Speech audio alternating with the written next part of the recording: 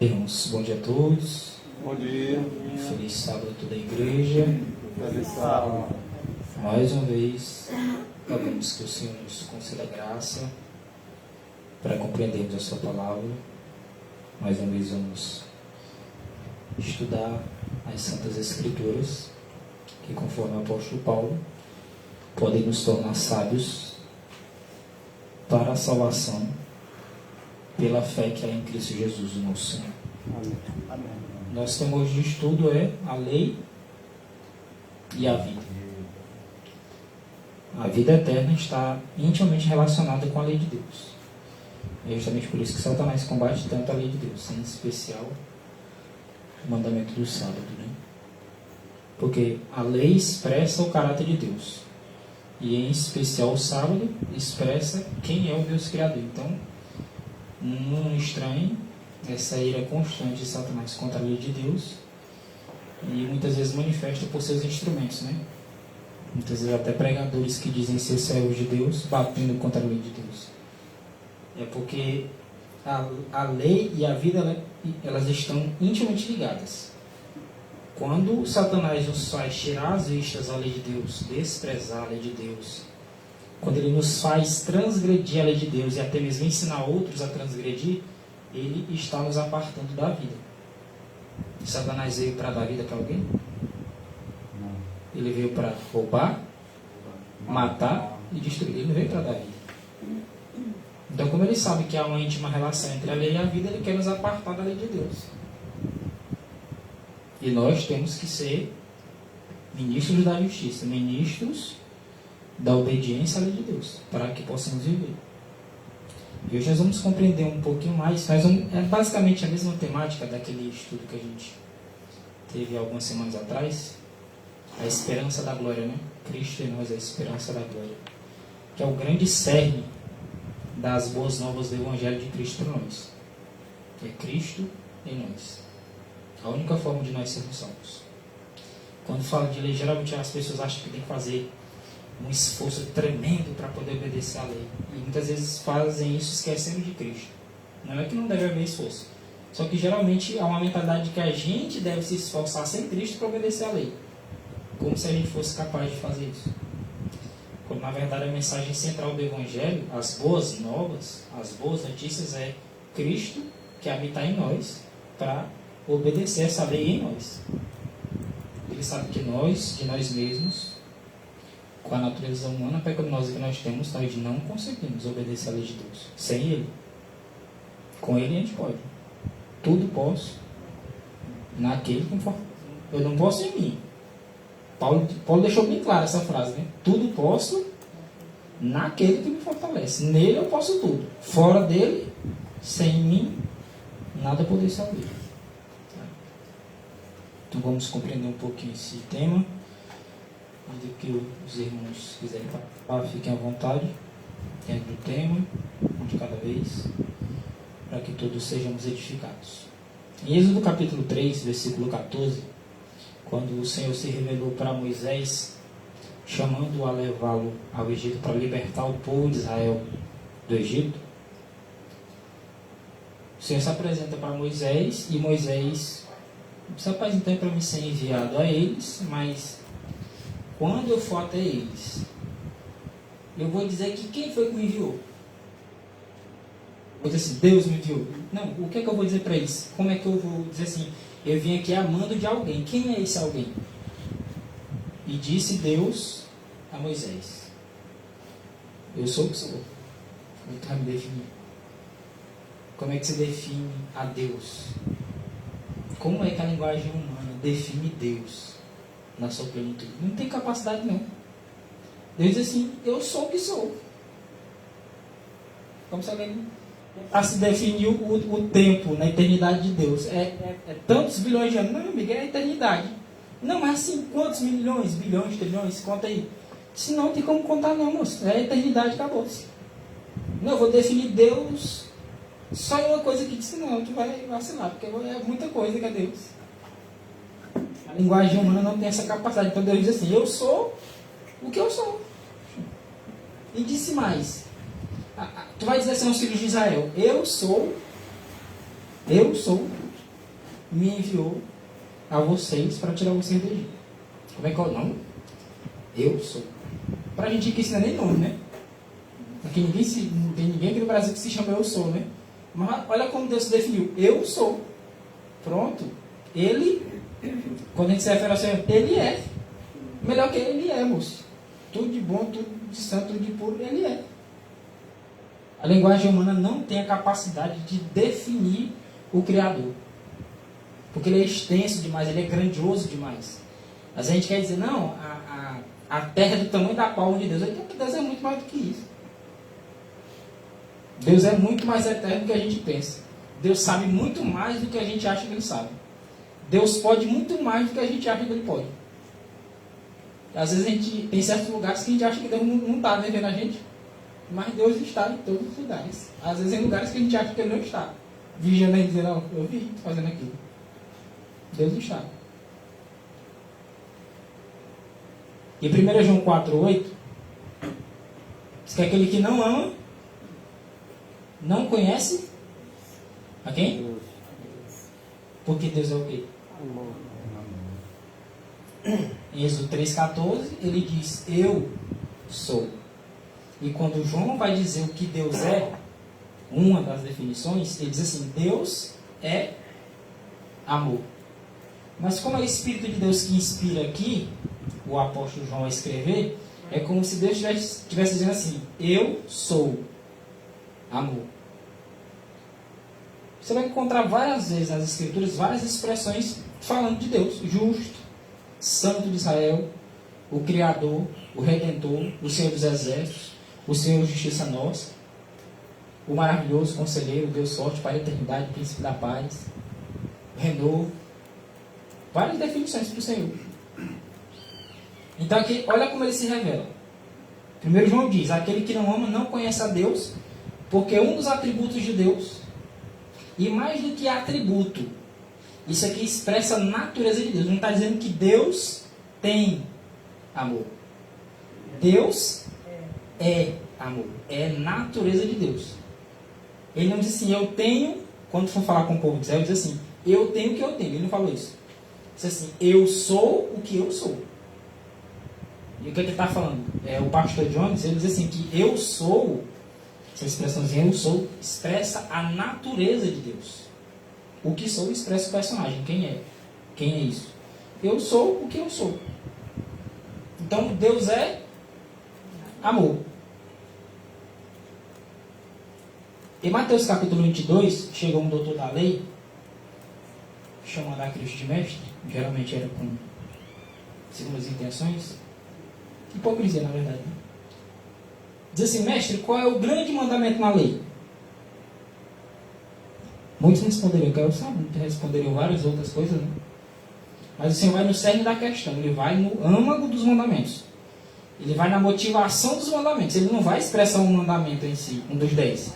Ele vai expressar o que está por trás dos 10 mandamentos que ele deu. Porque ele basicamente está dizendo o quê? Se você fizer isso aqui, você está guardando os mandamentos.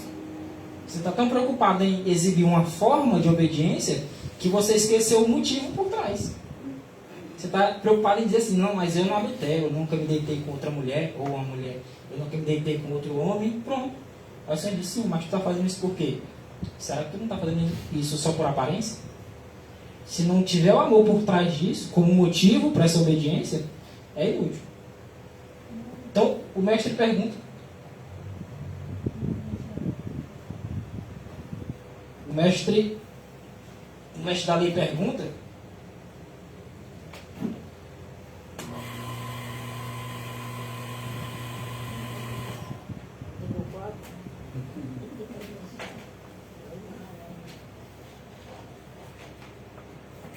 O nome Eu Sou,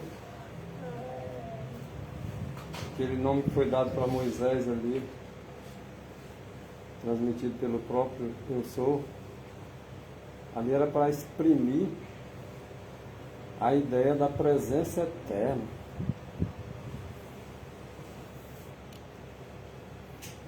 E esse nome da presença eterna foi reclamado por Cristo. aquele que tem existência própria. Então, eu sou é um nome que abrange todos os nomes dados a Deus. E a lei de Deus, ela é santa. O mandamento, ele é santo, é justo e é bom. A palavra de Deus diz que há um bom só, que é Deus. Mas o mandamento é bom. A lei de Deus é boa. A irmã White, ela diz que Cristo é a lei. Então, unicamente um que é bom. É Deus. A lei resume quem é Deus.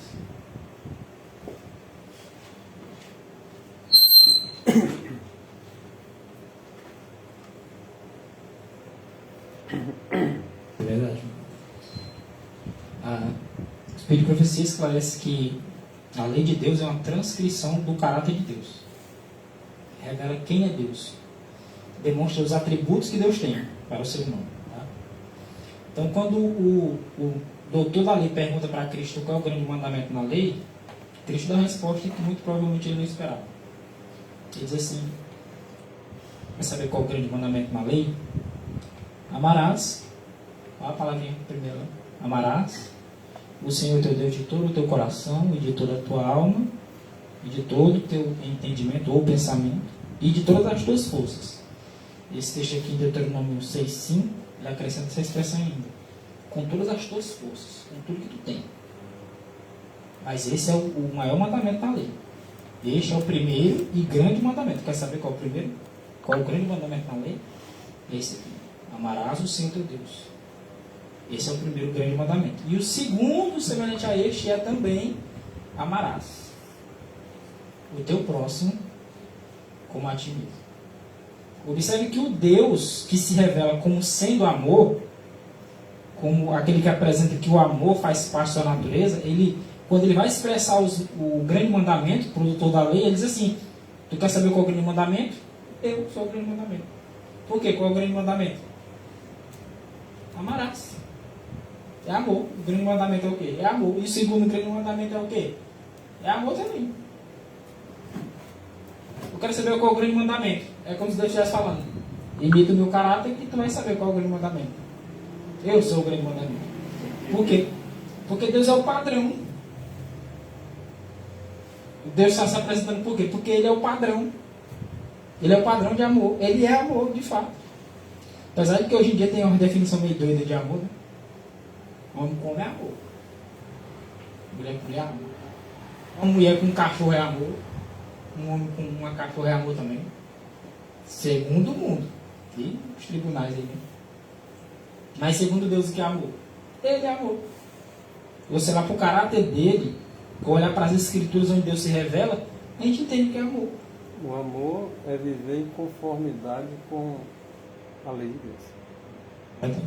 Porque quem tem cumprido a lei é porque tem amor. Aquele que ama o próximo tem amor. O amor é o fundamento do governo de Deus. Isso é que é a realidade do amor, que muitos confundem o que é amor. Dizem ter amor, mas os mandamentos de Deus é passado por alto. Passado, né? Isso faz me lembrar do jovem rico, né?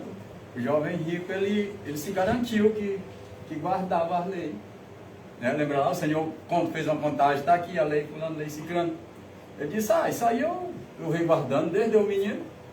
Aí o Senhor foi, voltou, apelou para o amor. Na hora que bateu na fonte do amor, aí ele não tinha nada lá. Era só... Lembrando que para herdar a vida, que o tema aí é a lei e a vida, para herdar a vida, tem que guardar os mandamentos. Ele diz: mas tudo isso eu tenho guardado. Pode haver uma formalidade em guardar mandamento. Mas o Senhor foi na ferida. Qual? Um mandamento que ele transgredia e que ele doeu nele. Vem tudo que tem. Olha a questão os bens materiais. Pessoas se apegam a coisas pequenas, mas quando toca nos bens materiais, dói. Vende tudo que tem e dá aos pobres. Isso é um mandamento. Um dia desse estava falando isso aí, nós falamos de ir para a roça, e nós conversando, falei isso aí, esse assunto do jovem rico. Eu falando que ele tinha que o Senhor tinha dito para ele vender tudo que tinha. E ele disse, não. Ele não mandou ele vender tudo que tinha. Está escrito. Está escrito, vende tudo que tu tens e dá aos pobres. Esse é o mandamento. Agora é aquela história. Nós temos que saber o tempo, o lugar e a circunstância. Né? Você não pode se precipitar porque você peca. A Bíblia também diz, peca aquele que se precipita. Haverá um tempo que dinheiro para os santos não vale nada. Eles vão se desfazer disso mesmo. Eles vão vender e vão aplicar na obra, vão pegar as coisas e dar para os pobres. Faz parte do mandamento. Eu penso assim. O jovem rico, você falou mesmo, né? Vai mesmo. Exatamente. O jovem rico estava sendo provado ali, sim. Eu penso assim, que quando ele mandou vende tudo, ele disse vende tudo, mas que na verdade ele não disse assim, não era para ele vender tudo, sabe? Vê se ele foi uma prova que ele passou para ele, né? Por exemplo, aquela palavra para o jovem rico é para nós hoje? Sim ou não? Sim, também. Mas nós vamos vender tudo e dar para os pobres. Mas é necessário ser hoje? Não. Então vamos esperar o Espírito de Deus guiar. Pois é. Ele vai dizer o momento E certo. a palavra está escrito vende tudo, tá. Agora que não está escrito, significa tá. que É a mesma história do ladrão da cruz. Em verdade te digo, hoje. Estarás comigo no paraíso. Agora interpreta aí da forma como quer. Não, naquele dia. Na verdade te digo hoje, não. Na verdade te digo hoje realmente. Estarás comigo no paraíso. Hoje, não. Estaria ele e estará no paraíso. Mas quando? Quando ele vier. O tempo para aquele jovem era aquele, né? Aquele ali era o tempo dele. Aí não significa que ele teria que vender naquele dia que Cristo disse, né? Que ele planejasse, botasse em prática no momento para ele fazer aquilo. Mas como ele era muito apegado, né? Ele achou que era para torrar tudo ali. Aí a tristeza bateu. É uma prova que os discípulos, quando foi receber o Espírito Santo, o que eles faziam com os bens deles, né? Vendia tudo, repartia entre os irmãos e os pobres e tal, né? À medida que cada um tinha necessidade. Necessidade, né? Aí como o irmão contou, é hoje, não? Porque hoje tem muitos de nós que é apegado às coisas materiais com, né? Chega a dizer esse negócio aí. Muitos são piores do que o jovem rico. O jovem rico, apegado às coisas materiais. Mas vai chegar um dia, né? Que você abrir o coração, né? Ele vai vender sem precisar nem. Já está se desfazendo, porque o Espírito está trabalhando na vida Sim, dele. pressão, né? Muitas vezes acontece que Deus vai fazer o quê? De hoje, Deus já está trabalhando já. Tem um povo que acha que hoje, apegado às coisas, vai chegar um dia de repente vai vender. Não vai não. Tá apegado hoje, passa a vida todinho. Aí diz assim, chega o decreto, eu vou vender mais coisas tudinho. Vai nada, moço. O pessoal é canguinho só. Mesquinho. Tem obra de Deus para ajudar, tá nem aí. Tem um irmão passando fome, não estou nem me importando. Aí quando chegar lá, no decreto, eu vendo minhas coisas tudinho. Se fizesse isso, seria apenas formalidade. É aquele lá de 1 Coríntios 13, né? Isso. Ainda que desse todos os meus bens aos pobres, se não tiver amor, não é nada. Porque a questão que Cristo está transmitindo é, por trás dessa obediência tem que estar amor, se não tiver amor. O jovem rico poderia ter vendido os bens do ninho e dar aos pobres, mas não tivesse amor sem ser. Em resumo, as pessoas pensam que contrata-se de mandamento de Deus são só aqueles 10 preceitos. Na verdade não é. A pessoa que sabe que tem que fazer o bem e não faz, ele está quebrando o mandamento. E a questão do apego a dinheiro, a finanças, a bens, é quebra de mandamento. E se me amais, guardareis meus. Quer entrar na vida? Guarda os mandamentos.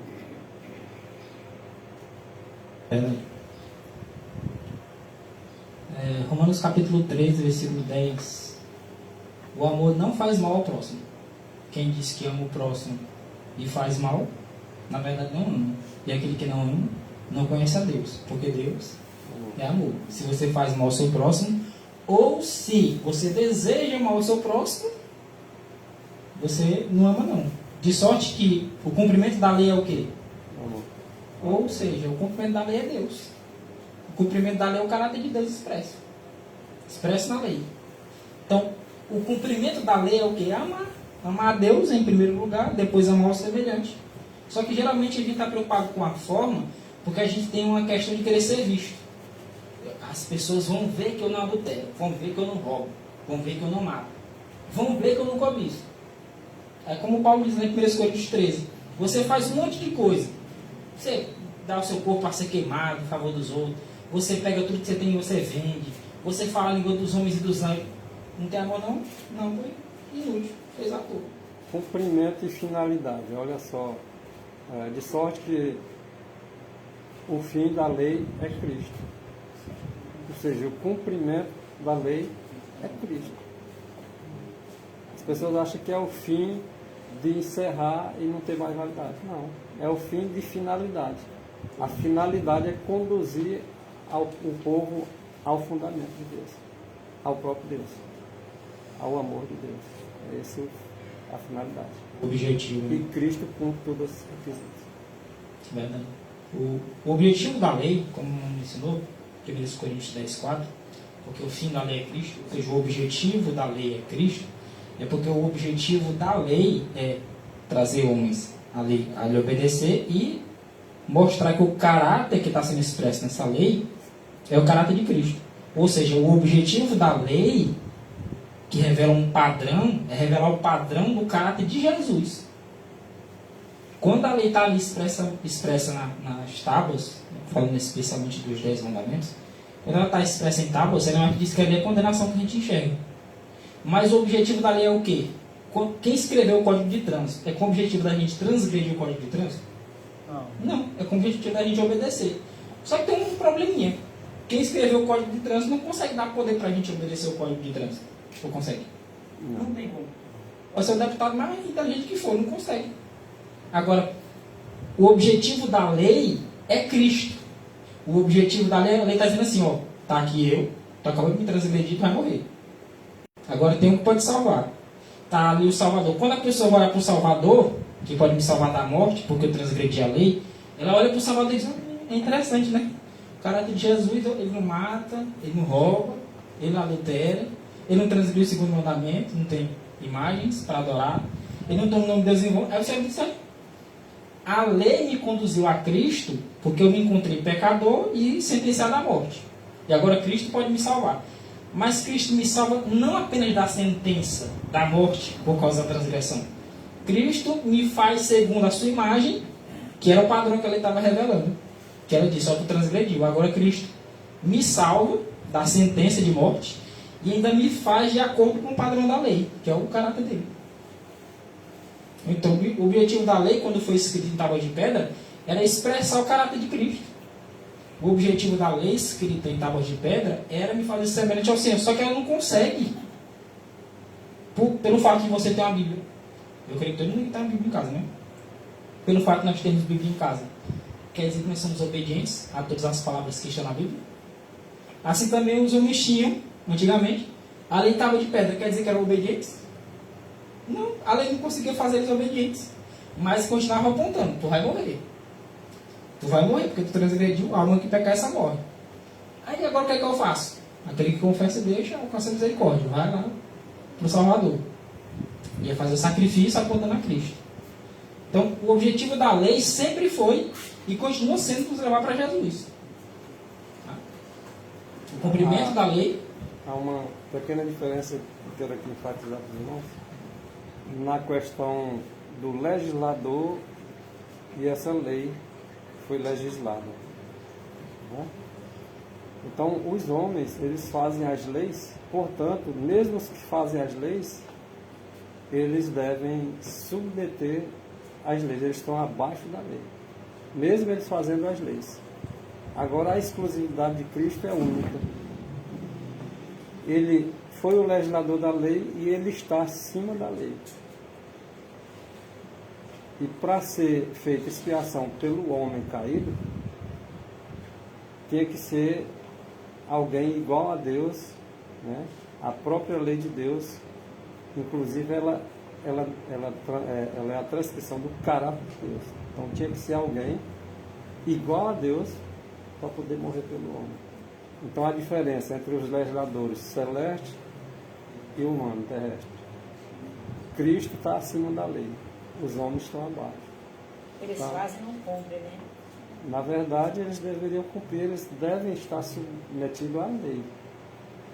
E já Cristo é a própria lei. E ele é o legislador, está inclusive acima da lei. Portanto, a lei é o caráter de Deus. É a transcrição do seu caráter. Tem É a a réplica. revelação do caráter de Deus. Né? A transcrição é como se pegasse o discurso de uma pessoa e passasse para um papel. Quando o Espírito de Profecia diz que a lei de Deus é a transcrição do caráter de Deus, é como se alguém quisesse dizer assim, como é que é o caráter de Deus? Quais os atributos do Senhor? Oi?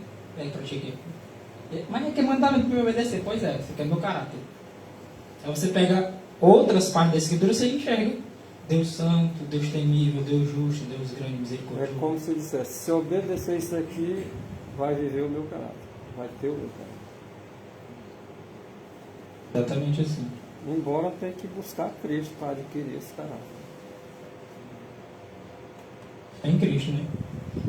Apenas para reforçar a questão de Mateus 19, versículos 16 e 17, o episódio do jovem rico, se aproximando-se dele, Jesus Cristo, um jovem rico, disse-lhe, bom mestre,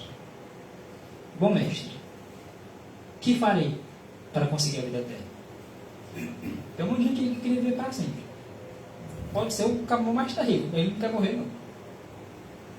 Ele pode estar se drogando o tempo todo, mas na hora de morrer, ele aplicasse um jeito para se salvar. Querer viver para sempre não é uma grande questão. Justo e quer viver para sempre, porque ele quer morrer. A pergunta dele é a pergunta existencial, né? O que eu faço para me herdar a vida eterna?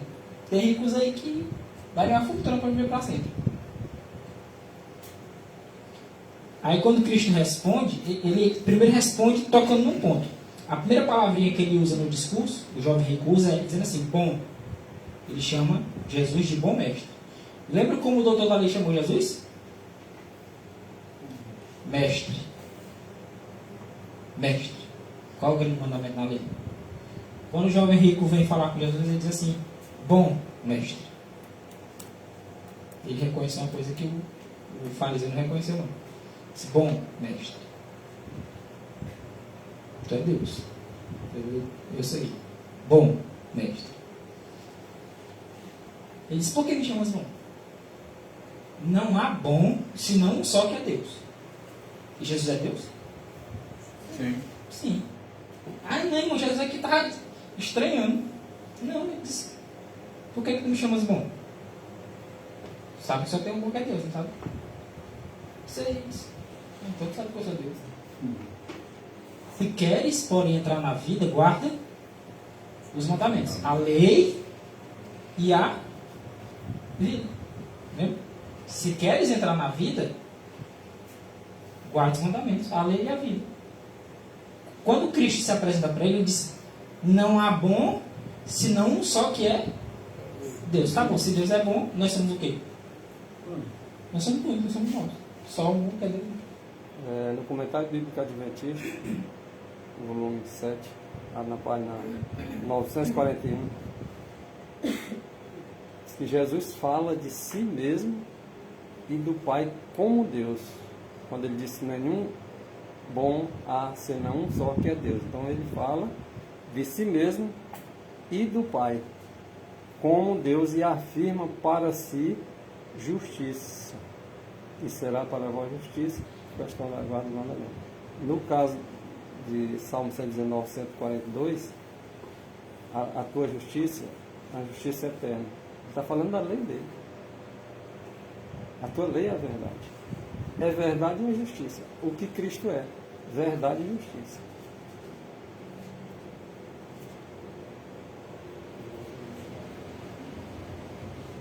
Verdade. Se a gente for garimpar nas escrituras, cavar, como diz o Espírito de Profecia, a gente vai conhecer diversos atributos em Cristo. Um que eu gostaria de destacar nessa manhã de sábado com os irmãos, esse atributo aqui é: Deus é bom. Lá no começo diz que Ele é amor. Quem ama é bom. Mas a gente ama? Não. De nós mesmos, estou falando nós mesmos. Com Deus a gente sabe que a gente ama, mas de nós mesmos nós não temos amor. Então a interpretação do homem sem Deus é totalmente pervertida acerca do que seja amor. O enriquecimento dessa frase é bom enfatizar nos primórdios adventistas do sétimo dia.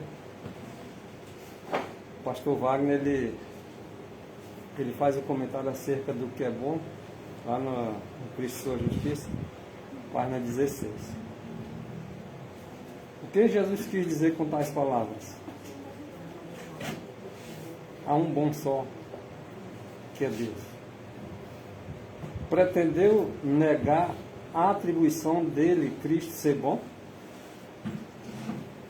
Mas tem muitos por aí dizendo que Cristo não é Deus. E, portanto, ele está dizendo que Deus não é bom.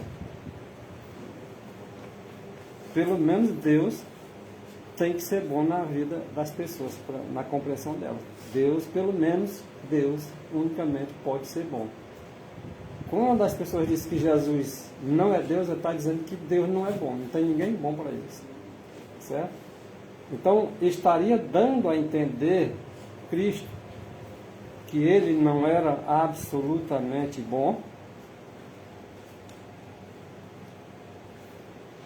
Se seria uma modesta depreciação de si próprio em dizer que não era bom, só o Pai era bom?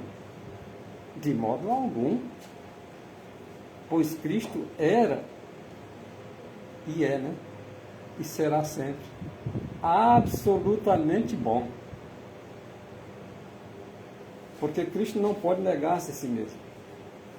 Portanto, não poderia dizer que não era bom. Ele é e foi absolutamente bom. Ele é a perfeição da bondade. E sendo que não há nenhum bom senão Deus e Cristo é bom, segue-se que Cristo é Deus. E que é isso que ele pretendeu ensinar ao jovem. E foi isso que ele ensinou aos seus discípulos. E é isso que ele está ensinando para nós. Quando Filipe pediu a Jesus, mostra-nos o Pai, isso nos basta, Jesus declarou-lhe: há tanto tempo estou convosco que não me tens conhecido, filho. Então, quem conhece Deus, por Cristo Jesus, conhece o amor. Porque Deus é amor. Cristo é amor. Ele é a lei e o Evangelho. E a lei é boa. O Evangelho é bom. Verdade. Como disse, como o apóstolo Paulo diz em Romanos 7,12, né? A lei é santa, o mandamento santo, justo e bom. Então vejamos só, irmãos. O Senhor se apresenta então como o único bom que tem. Bom em si mesmo. Nem os anjos são bons em si mesmo. Jó fala dos anjos e diz que nem os anjos são puros diante do Senhor, porque o Senhor é a fonte da pureza. Então, os anjos não são bons, são por causa do Senhor. Porque eles são a habitação do Senhor, eles são bons. Mas fora do Senhor, não tem bondade neles, não. Então, o Senhor diz: por que me chamas bom? Não há bom senão um só, que é Deus. Então, se tu me chama bom, tu reconhece que eu sou Deus. Agora, fica atento nessa característica aqui. Bom. O Senhor Deus é amor, o Senhor Deus é bom. E ele ainda diz: se queres, porém, entrar na vida, guarda os mandamentos. Os mandamentos são a transcrição do caráter de Deus. E Deus não é bom? Então, se os mandamentos são a transcrição do caráter de Deus e Deus é bom, o homem, quando guarda os mandamentos pelo poder de Deus, ele se torna bom. Por causa de Deus. Nunca esqueçamos disso. Porque sem Deus aí, nada. Em Eclesiastes 7:20, o sábio Salomão diz: na verdade, não há homem justo sobre a terra. Pega um homem sozinho, sem Deus, não tem. Não, mas não tem. Talvez tu não conheça ele bem. Tu está vendo só o que ele apresenta quando está em público, né? Não há homem justo sobre a terra que faça o bem, que seja bom e que nunca peque. Sem Deus. Eu fico imaginando as pessoas que dizem assim: ah, irmão, a gente vai pecar até a volta de Jesus. A gente não pode vencer o pecado. Eu digo: tu está dizendo que tu não tem Jesus na vida? Não, não estou dizendo isso não. Tá? Só pode ser isso, porque do contrário, se tu tem Jesus na vida, tu consegue. Sem Jesus eu te entendo. Tu não vai conseguir mesmo não. Tu vai pecar até a volta de Jesus. Agora, se Jesus está na tua vida, tu não vai não. Então, ou tu assume. Tu tem Jesus na tua vida? Tem. Então, tu vai parar de pecar. Não, não vou parar de pecar. Então, tu não tem Jesus na tua vida, meu amigo. Ou ele é todo poderoso ou ele não é. Se ele está na tua vida, ele é todo poderoso, ele pode guardar de pecar. Não, mas ele não pode. Então, ele não é todo poderoso. Porque ele não pode guardar de pecar. Se ele não pode isso, então não é todo poderoso, né? Falta alguma coisa. Essas pessoas, elas creem que vão se salvar, mas não creem em Jesus Cristo como Senhor e Salvador da sua vida. Porque quando eu digo, eu creio na salvação, mas fica duvidando dos Escritos, está crendo em salvação. Como diz o Mensagens Escolhidas, né? Volume 3, página 172. Diz que a fé de Jesus é a fé na capacidade de Cristo para nos salvar ampla, completa e totalmente. É 3 sinônimos. 3 sinônimos idênticos juntos. Ampla, completa e totalmente. Não, mas nisso é que ele não pode. Eu digo, opa! Então, tu não foi um daqueles que João viu ele não, né? Porque ele diz que aqui está a paciência dos santos. Aqui estão, ó, os que guardam os mandamentos de Deus e têm a fé de Jesus. Não, mas tem um ali que diz que o Senhor não pode salvar ele plenamente, amplamente, completamente sim. Não estou vendo ele não. Estou vendo aqueles ali, ó. Aqueles creem. Esse aqui, né, fora. Esses são os portadores da marca da besta. Adoradores da imagem da besta. Recebem o sinal da besta. Tem pastores aí, da própria professa da Igreja de Deus, pregando que o povo de Deus irá pecar até Cristo voltar. Que o homem não pode vencer o pecado totalmente. Por ocasião da vinda de Cristo é que há uma perfeição na glorificação, vamos dizer assim. É como se é assim, não, irmãos, nós não vamos vencer completamente o pecado, porque a gente vai ficar pecando aqueles pequenos detalhezinhos, a gente vai pecar ainda. É como se os pequenos pecados não tirassem do céu. E a Bíblia diz que são as pequenas raposinhas que destroem uma vinha grande. Não, vou pecar, mas aqueles pecadinhos assim que a gente sabe. É graça. Então, Isso aí senão o povo vai se perder. Cristo tinha que ter limitado o tempo que ele vinha. Não, faça peque, que eu chegar naquele tempo que eu disser que não é para pecar mais, aí que eu já vou chegar. Como disser assim, eu vou livrar vocês só dos pecados Só grandes. Só. Os pequenininhos vocês podem continuar. Até Cristo voltar. Porque ainda vivemos numa natureza pecaminosa. Vamos pecar. Quer dizer que Jesus viveu na natureza pecaminosa e não pecou. E agora nós, que deveríamos ter Ele como exemplo, Ele em nossa vida fazendo por nós, realizando por nós o querer ou realizar, agora vamos continuar pecando esse pequenininho. É incrível a forma como pensam esses homens. Elas são terríveis, né? Esse comentário de Salomão e conforme esse texto de Jó, primeiro 8, né? O Senhor diz que ele disse que não há homem, né? O Senhor disse que ao Senhor fala que Jó é um homem íntegro, justo, se desvia do mal, né?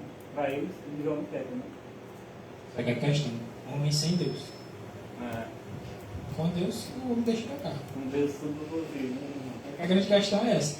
Os homens, geralmente, eles olham a impossibilidade porque eles estão esperando ser Jesus. É por isso a questão.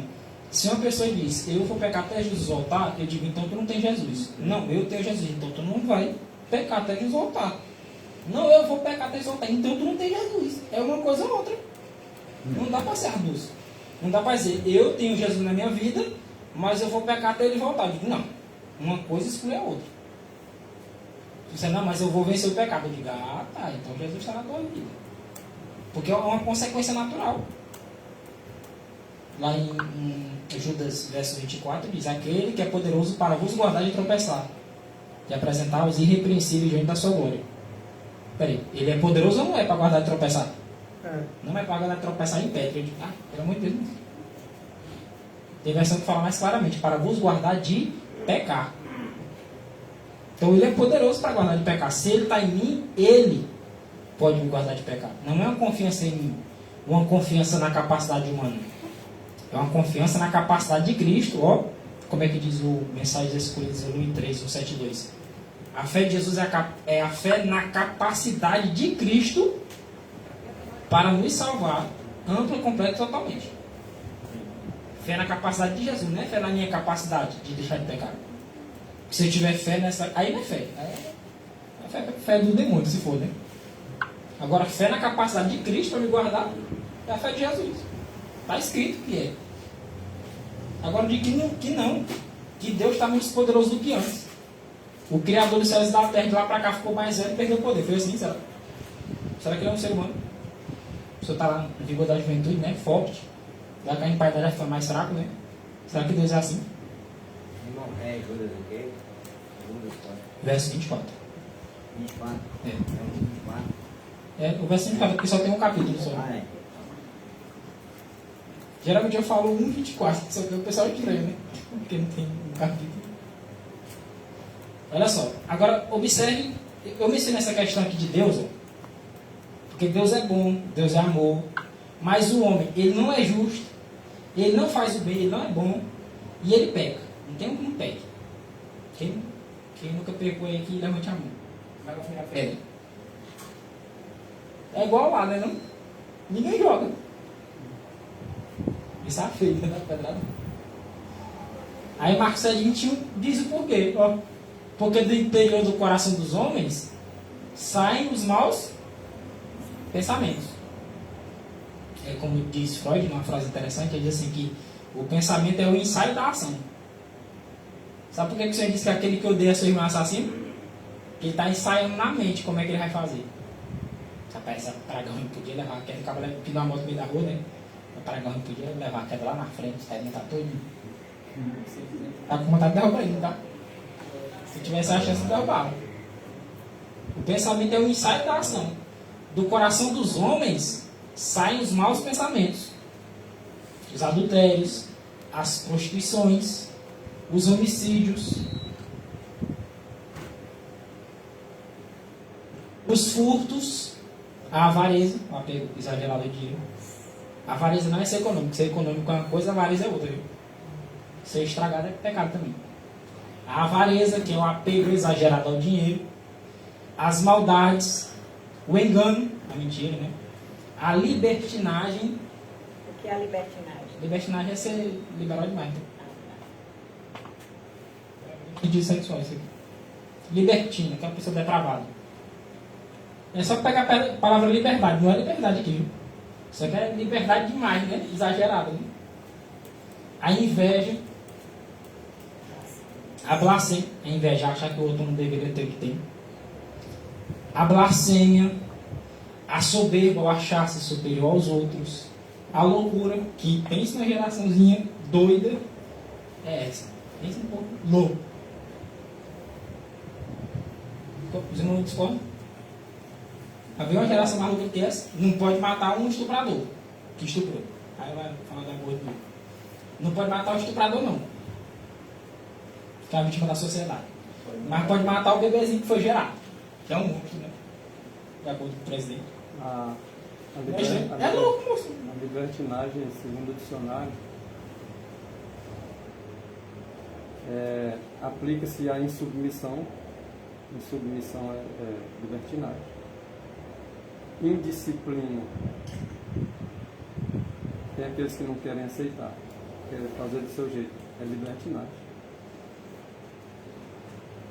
Licenciosidade de costume é libertinagem. A conduta de uma pessoa que se entrega imoderadamente a prazeres sexuais, a prática do libertino. Tudo isso aplica-se à libertinagem. Ou seja, a liberdade exagerada, né? Para coisas que fugem dos limites.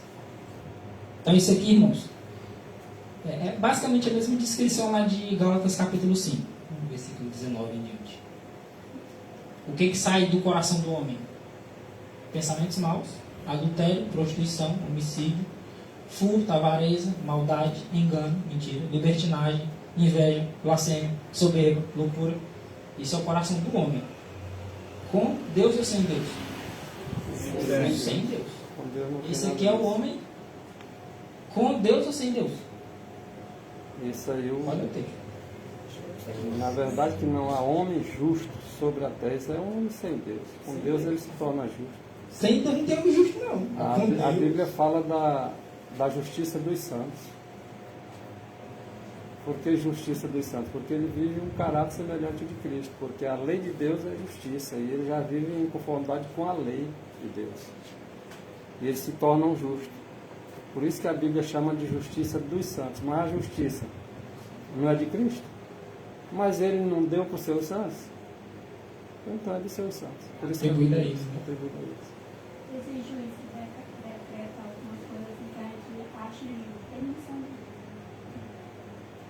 Nem a lei deles. Efésios 1 diz assim: ai daqueles que decretam leis injustas e fazem decretos de opressão.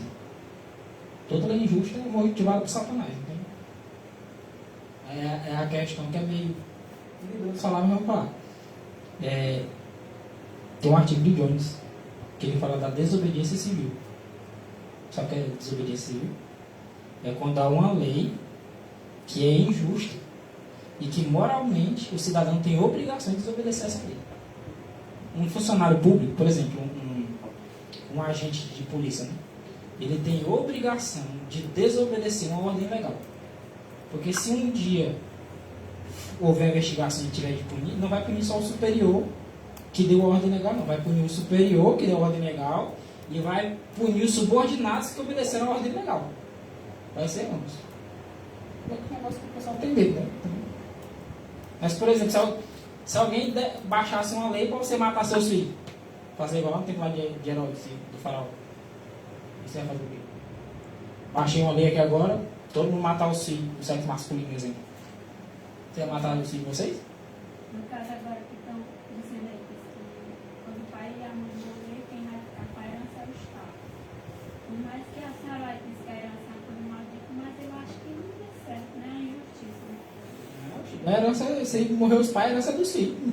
Não é só não conta no corpo. É porque os pais que conseguiu aquela herança ali, se ele conseguiu de maneira justa, ele pagou imposto para o governo. Então aquilo ali não é do governo, é dos filhos. Porque a parte do governo ele já pagou, que é os impostos, aquela herança que ele tem. Porque o governo tem um saco que tá furado, não tem dinheiro que baixe, não. Você podia dar o dinheiro todo dos pais tudinho. Isso é injustiça também, viu? Pagar imposto é lícito. Em excesso, é pecado também. Lá em Isaías capítulo 5, versículo 7, a gente vê essa opressão também no próprio meio do povo de Deus. Ele separou Israel, ele plantou da melhor semente, né? Esperava que se desse uvas boas e deram uvas bravas. E lá no verso 7, porque a vinha do Senhor dos Exércitos é a casa de Israel. Que está bem definido, bem claro. Né? E os homens de Judá são as plantas das suas delícias. E esperava Deus que exercessem esses homens de Israel, de Judá, juízo de acordo com a justiça, a lei de Deus, e eis aqui a opressão. Ou seja, também o professo povo de Deus fugiu do padrão. Não só o mundo, não. O próprio professo povo de Deus fugiu do padrão de amor, o padrão da lei de Deus. Em vez de fazer a justiça, estava trazendo opressão para o povo de Deus. Porque eles, nas suas próprias palavras, eles fazem delas, como os fariseus, leis injustas. Nem com bebês envolvia. Exatamente. botar sobre o povo. Então acaba oprimindo o povo. Quando um governo ele é ruim, ele oprime o povo. É opressão. O povo é oprimido porque não faz caso daquilo que é justiça. Nem sempre justiça é justiça, segundo os homens. Porque aqueles que deveriam fazer justiça oprimem. E isso não é justiça quando há opressão. A lei de Deus é a medida do juízo. A medida do padrão é justiça, que é a lei de Deus. Quando os homens fogem disso, eles oprimem o povo, seja ele nas três áreas. Seja ele que assume o governo, né, o judiciário também, que é para defender justiça, e às vezes está oprimindo. E quando oprime, não é justiça.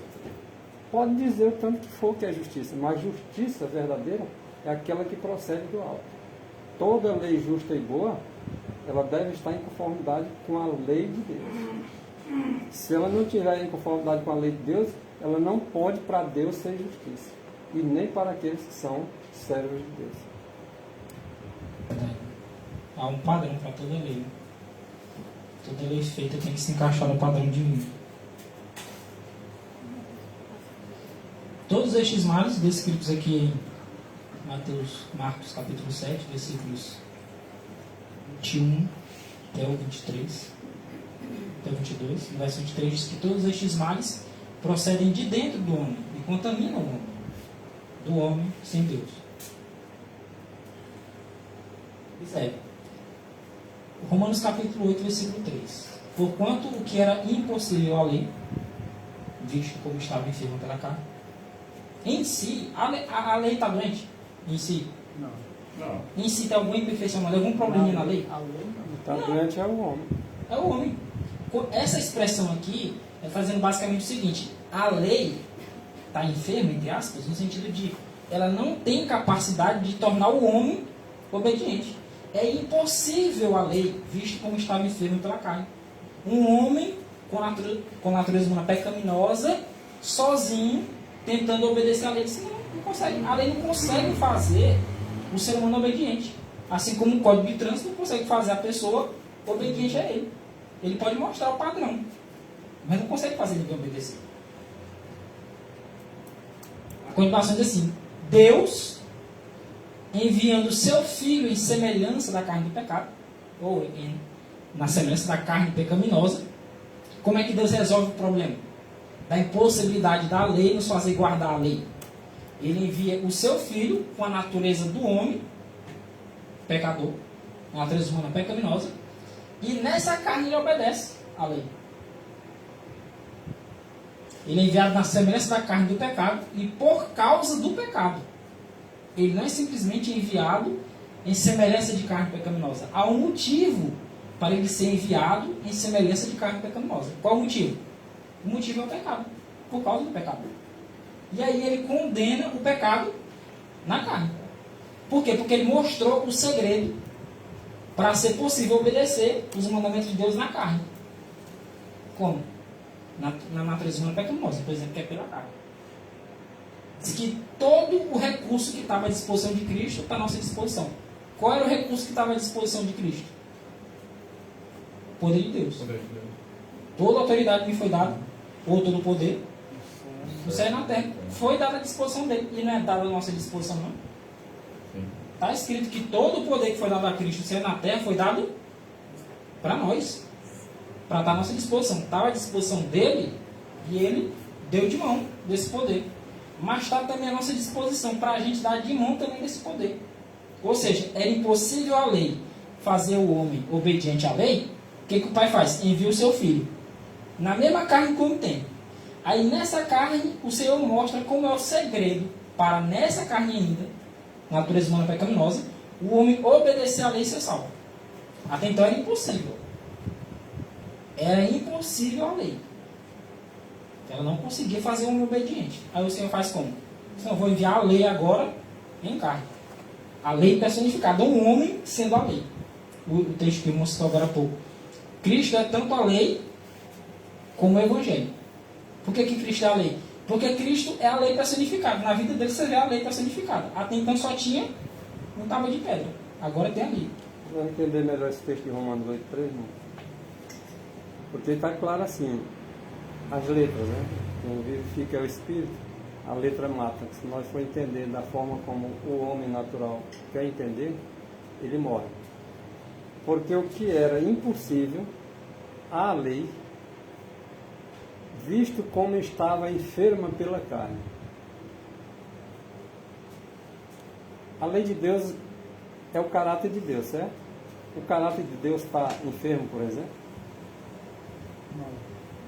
Então, como é que agora nós podemos dizer que a lei estava enferma? Para nós compreender esse texto de Romanos 8,3, para ajudar na compreensão, eu vou ler aqui a meditação matinal, Exaltai-o, tá? De 1992. A natureza de Deus, cuja lei foi transgredida. Olha a enfermidade onde é que está. A transgressão da lei de Deus, que estava agora enfermo por ser transgredida pelo homem. Então, essa lei de Deus perfeita,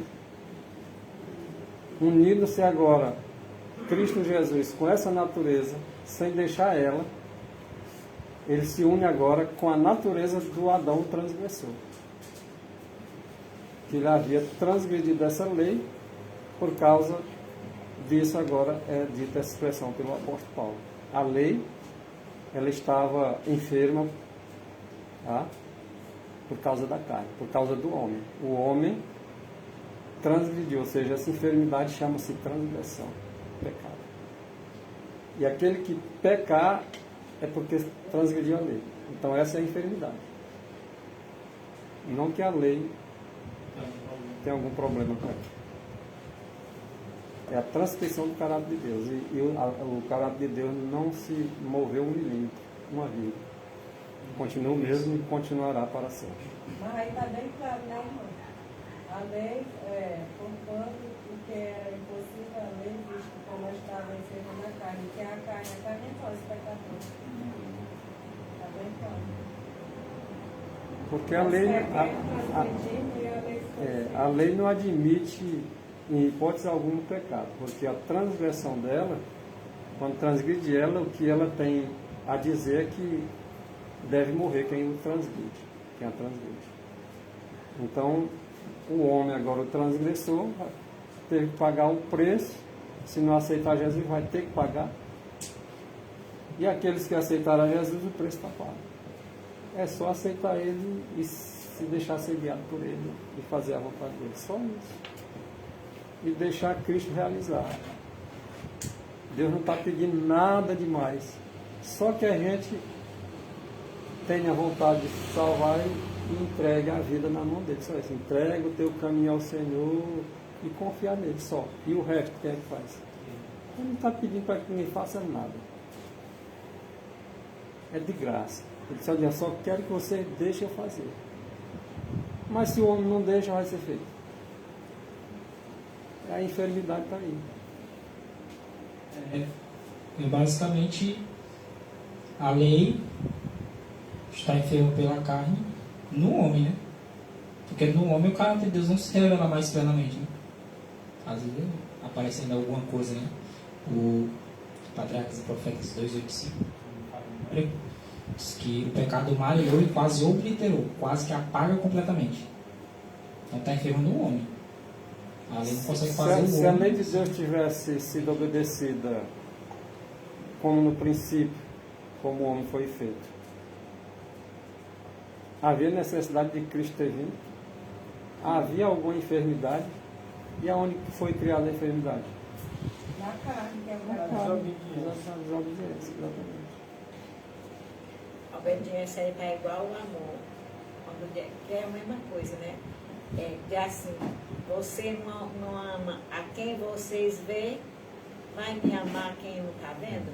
Né? As pessoas dizem assim, não é capaz de fazer as coisas que Deus quer, porque não estou vendo Deus. Como é que a gente pode fazer uma coisa que Você está vendo? Eu vou citar aqui uma coisa aqui que muitos estão tocando nesse assunto, pastores de denominações variadas.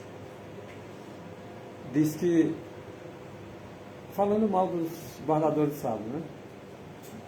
Se, por exemplo, os guardas, os polícias, as forças, né? Se não fosse elas, por exemplo, o que ocorreria de roubo, de furto, disso e daquilo? Aí eu pergunto, e se não fosse a transgressão do homem, tinha ladrão? Tinha criminoso? Tinha estuprador? Então não precisava de nada. As pessoas pegam uma questão para aplicar para outra, que não tem nada a ver. Ah, mas se todo mundo guardar o sábado? Mas quando Deus fez no princípio, tinha algum problema? Ah, mas vão roubar. E antes, quando a lei era obedecida, não furtarás. Tinha roubo. É porque o homem gosta de se justificar. Antes do pecado, Deus só deu um mandamento, só no jardim do Éden. Não comerás do fruto do caminho do jardim. Só era esse o mandamento, só um. Porque a lei da não tinha sido toda. Mas só que aí é onde as pessoas não compreendem. A lei de Deus, ela sempre existiu desde a eternidade. Né? E inclusive foi dado para Moisés lá na frente para que fosse escrito. E foi o próprio Deus que escreveu. Mas antes, ó, estava escrito aonde? E aí de novo o Senhor quer o quê? Reescrever de novo aonde? Mas naquela fruta ali estava todo esse escrito ali, porque não disse que começo morreria? Isso. Estava ensinando tudo ali, né? Ali é a questão do comer ali, é a mesma coisa que nós temos hoje. Nós temos a lei da saúde, que também são mandamentos. São mandamentos que devem ser obedecidos tão fielmente quanto os 10 preceitos. Mas Deus deu a No caso, a importância. gente está morto porque não obedece a lei, né? Exatamente.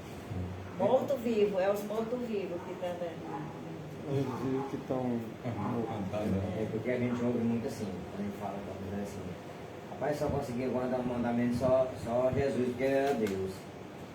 Se passa por alguma aflição e não suporta, não, mas Jesus ele suportou porque ele era Deus, ele era próprio Deus. Não, Não esquece que ele era humano. aí quer dizer assim, quer dizer que nós não conseguimos. Se nós estiver com ele, igual o mundo explicou, nós estiver com ele, nós conseguimos, você não. Aí diz assim, não é porque ele suportou porque ele era Deus. Então assim, ele precisaria ter vindo como homem, né? Eu ouvi direto, não, mas você era Deus. Porque a gente é ruim mesmo, sabe? Tem um argumento que é verdade. Ele suportou porque ele era homem, porque o pecado ele acontece sempre quando a pessoa é tentada. E Deus não é tentado. Ele se fez homem para poder ser tentado, para suportar por nós essas questões todas. Não, mas ele venceu porque ele era Deus. Não, ele venceu porque ele era homem. Mas um homem que estava submisso todo o tempo a Deus. Se nós estivermos em submissão todo o tempo a Deus, nós também seremos como ele é. Porque também seria até injusto ele vencer como Deus e botar nós para vencer como homem. Não tem Isso possibilidade. não é injusto, né? Na Medicina e Salvação, na página 181, ele tomou sobre sua natureza sem pecado a nossa pecaminosa natureza, para saber como socorrer os que são tentados.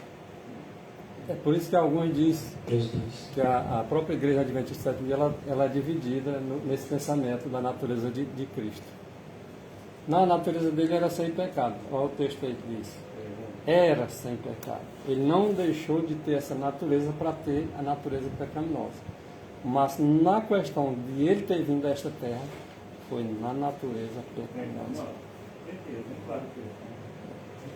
Mas, cara, eu acho muito interessante. Eu ouvi esse argumento uma vez e eu de cara discordei, só que depois alguém disse assim: Cristo só conseguiu vencer porque era filho de Deus. E fui pra cima com tudo, depois não, mas não é verdade. Só que ele venceu porque era filho de Deus como homem. Lá no Mensagem Escolhida, volume 1, página 247, diz que quando Cristo veio a essa terra, ele adquiriu o título de filho de Deus num novo sentido. Porque como Deus, ele já era filho de Deus. Ele vem como homem, filho do homem. Só que agora, como homem, ele se torna filho de Deus. Por quê? Porque ele obedece. É tanto que João 1 diz, né? Mas a todos quantos receberam, deu-lhes o poder de serem feitos filho de Deus. Ah, ele só obedeceu porque era filho de Deus. Eu digo, é exatamente isso aí. Mas ele nos dá o poder de sermos feitos filho de Deus. Ou o filho do diabo vai obedecer. Ou é filho de Deus ou é filho do diabo. Se nós somos feitos por Cristo, filho de Deus, nós vamos obedecer como ele obedeceu. Esse aqui lá em Gênesis fala, né? Os filhos de Deus juntou com as filhas dos homens. Aí essa questão aí que o pessoal às vezes ele distorce. Mas o filho de Deus é que obedece a Deus. E Maurício, lá quando a Eva comeu da fruta e deu para Adão, era ali Adão morreria. Se ele comesse do fruto, morreria, né? Agora, se Deus tivesse matado Adão naquele instante, o povo acreditava que se fizesse coisa errada, morreria também, sabe? Mas jamais ele poderia fazer isso. Ele morreu realmente, né? Mas não foi aquela morte mesmo para sair do tempo, né? Aí o povo diz assim, não, e a misericórdia de Deus? Eu vou fazer isso até por causa da misericórdia de Deus. Deus é misericordioso. Mas não lembra que ele também é justiça, né? A gente não pode usar a misericórdia como desculpa. Se fosse assim, não existia nem Satanás e anjos dele. Ele tinha sido eliminado logo lá em cima agora. Abandonou o livro. Aí tem um livre-arbítrio, né? Você faz a sua vida o que você bem quer. As plantas que foi plantada, elas devem amadurecer. Se o Pai Celeste não plantou, vai ser arrancado, mas todos vão reconhecer o porquê elas são arrancadas. Romanos 8, verso 4. Eu até recomendo aos irmãos a leitura desse capítulo aqui, Romanos 8. É bem interessante. Como diz lá o texto anterior, Cristo foi enviado em semelhança da carne do pecado, para que a justiça da lei se cumprisse em nós. Um ponto interessante. Jesus foi enviado em semelhança da carne pecaminosa para que a justiça da lei se cumprisse em nós. Agora um ponto interessante. O fato de Cristo ter vindo em carne pecaminosa só na carne não nos salva de pecado. Nos salvou da consequência do pecado. É por isso que tem a outra parte do ministério de Jesus. Ele está como homem, aí ele morre para pagar a pena do pecado, que estava pendendo sobre a nossa cabeça, né? Como uma guilhotina, esperando padecer. Aí ele vem na nossa natureza, ele vence a nossa natureza, ele sobe ao céu como homem, ele fica ministrando, aí deixa lá a sua humanidade, e aqui ele vem como o Espírito. Aí agora a justiça da lei se cumpre em nós. Olha só o contexto. Para que a justiça da lei se cumprisse em nós, que não andamos segundo a carne, mas segundo o Espírito de quem? De Cristo. Por quê? Porque ele subiu, está lá como homem ministrando, mas aqueles que andam segundo o Espírito, daquele que viveu em natureza humana pecaminosa e guardou a lei em natureza humana pecaminosa, esses que andam assim, a justiça da lei se cumpre neles. E agora, esses homens que não são bons, nós, que não temos amor, passamos a ser bons porque Cristo habita em nós. A justiça da lei se cumpre em nós. Aí lembra lá de Romanos 13:10? Diz que o cumprimento da lei é o quê? O amor, né? É o amor. Então, a justiça da lei se cumpre em nós. O cumprimento da lei é o amor. Então nós vamos passar a amar quando Cristo habita em nós. Aquele mesmo que obedeceu à lei. Aquele que é amor veio em natureza humana pecaminosa, guardou a lei em natureza humana pecaminosa, subiu ao céu para ministrar o sangue, para podermos receber o perdão dos nossos pecados, veio como Espírito para habitar em nós, para que a justiça da lei se cumpra em nós, para que nós possamos amar. Nós precisamos desse Espírito aqui, ó. O Espírito daquele que estava em carne e que foi obediente. Sem esse Espírito, a justiça da lei não se cumpre em nós. Nós não somos bons, nós não conseguimos ser santos, nós não conseguimos amar, nós não somos justos. Não tem nenhum atributo bom que possa estar em nós se a justiça da lei não se cumprir em nós. Se nós não andarmos segundo o Espírito. Não tem como não. Ah, eu não consigo amar. É porque tu está andando segundo a carne. Quando tu deixar o Espírito de Cristo, que estava aqui e conseguiu guardar a lei, aí quando tu andar segundo esse Espírito, aí tu vai ver a justiça da lei se cumprir em ti. É por isso que há uma garantia certa de que haverá uma geração de salvos. Haverá uma geração que vai apresentar ao mundo um caráter perfeito, pleno, completo. Serão salvos ampla, completa, totalmente. Por quê? Porque o mesmo Espírito de Cristo, o Espírito daquele que habitou em carne humana pecaminosa e obedeceu à lei, vai estar neles. É esse Espírito que vai capacitar eles. Duvidar desse poder é apostasia. É rebelião. E rebelião, meu amigo, rebelião, o fim é a morte. Por isso que o Senhor recomendou a parte de Jó para Satanás, mas já ele não recomendou o lado de jovem rico. O jovem rico, ele disse que estava faltando alguma coisa, né? Por quê? Porque ele não andava segundo o Espírito. Agora o Senhor sabia que Jó andava com o Espírito dele. Aí ele foi e recomendou para Satanás: tu viu o meu servo Jó? Ele chamou logo de servo. O homem que é justo e é temente a Deus, ele se desvia do mal, né? Reto, íntegro. Ele recomendou porque ele sabia que Jó tinha o Espírito dele. Já o jovem rico, o Senhor disse: não, está faltando aí a maior parte. Vai lá ver se tu consegue fazer isso. Tá Satanás para mexer contigo, não. Já Jó não, o Senhor foi recomendar ele. Por quê? O Senhor viu, ele tem o meu Espírito. Então, pode testar ele de todo jeito lá. E Jó testou, aliás, Satanás desceu para testar ele de todas as bases. Né? E ele não saiu do Espírito. E Cristo, ele é chamado justiça nossa, né? Lá em Jeremias. E quando diz assim, a justiça da lei, a justiça de Cristo se cumpre em cada um de nós, que anda segundo a palavra de Deus, que é Espírito. Quando ela entra, é Cristo que está entrando, é a justiça que está entrando, é a lei que está entrando, é a lei personificada. Agora no nosso coração é o Espírito de Deus, é Deus com a sua presença, que muitos têm dificuldade de entender isso. É esse Espírito de Cristo que efetua em nós aquilo que nós queremos fazer e não conseguimos, segundo a carne. O apóstolo Paulo disse isso, né? O que eu quero fazer eu não faço, mas o que eu não quero eu estou sempre fazendo. Mas quando agora o Espírito de Cristo entra em nós, agora é efetuado por Cristo, e agora aquilo que nós não queríamos fazer, nós realmente não queremos. E aquilo que nós queremos, na verdade nós queremos, porque agora o realizar e o querer é por conta de Cristo. Realizar a vontade dele, né? Romanos 8, versículo 6. A inclinação da carne é morte. O pendor é justamente para a queda. Mas a inclinação do Espírito é vida. Se queres entrar na vida, guarda os mandamentos. Aí, Salmo 119, verso 165. Grande paz tem os que guardam os teus mandamentos. Tudo é mandamento do A inclinação é vida e paz. A inclinação. Mas quando você está guardando, que é o Espírito que faz esse trabalho, quando você está guardando, você vai ter paz no coração. Grande paz tem aqueles que guardam a lei, né? Mas fora, perturbação para todo lado. Perturbação de todo espécie, todo tipo. Mas ainda assim não tira a tua paz. E a tua vida eterna é garantida por aquele que unicamente pode dar. Só a gente lembrar a descrição de Atos capítulo 7, né?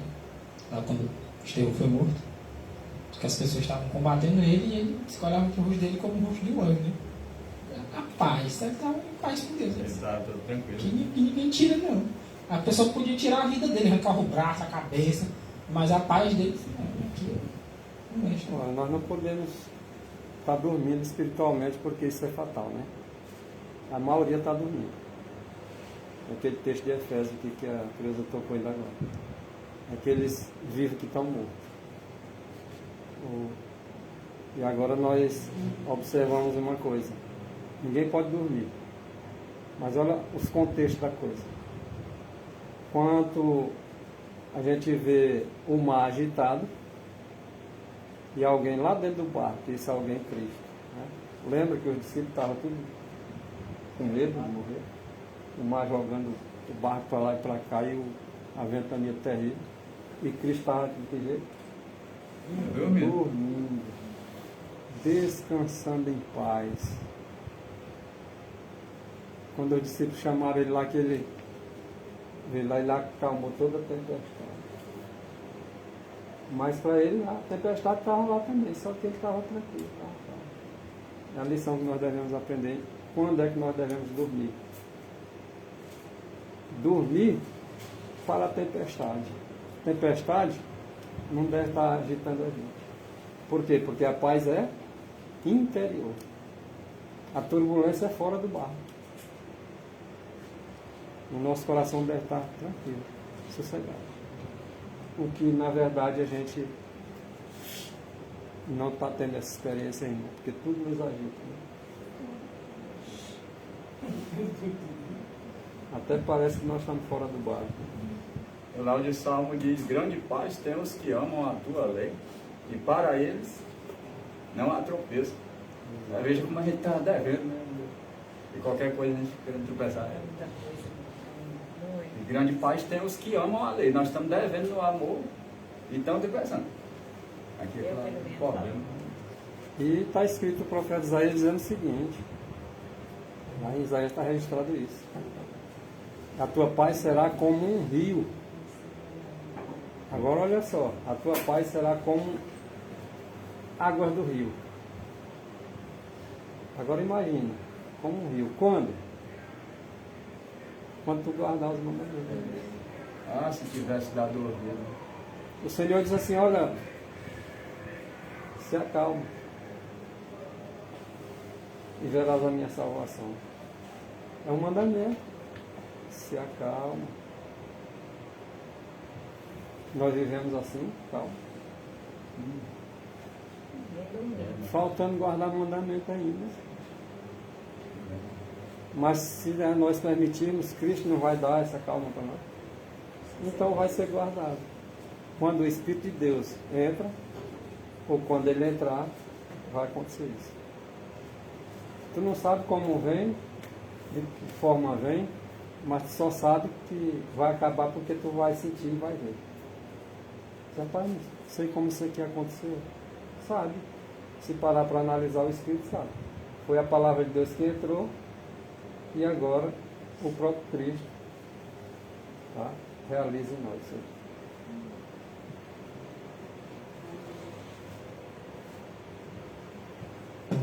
Romanos 8,6. A inclinação da carne é morte.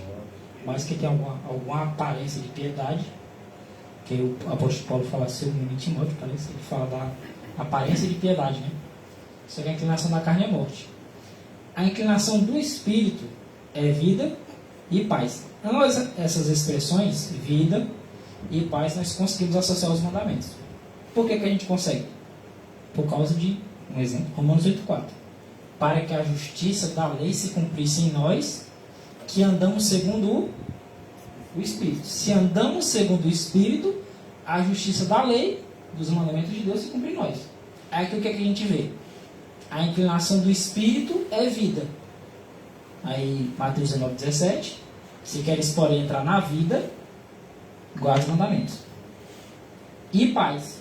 Grande paz tem os que guardam os teus mandamentos. Percebeu como sempre vai para o mandamento? Percebeu porque que o povo tem indignação danada contra a lei de Deus? Porque se eu falo de vida, nós queremos vida eterna. Se queres entrar na vida, guarda os mandamentos. Irmão, eu quero é paz. Eu digo, poxa, tem que guardar o mandamento também. De todo jeito, tu está querendo sair do mandamento e quer ter vida. Não tem. Quero ter paz. Sem mandamento também não tem. Não, eu quero ser justo. Sem mandamento também não tem. Mas eu quero ser santo.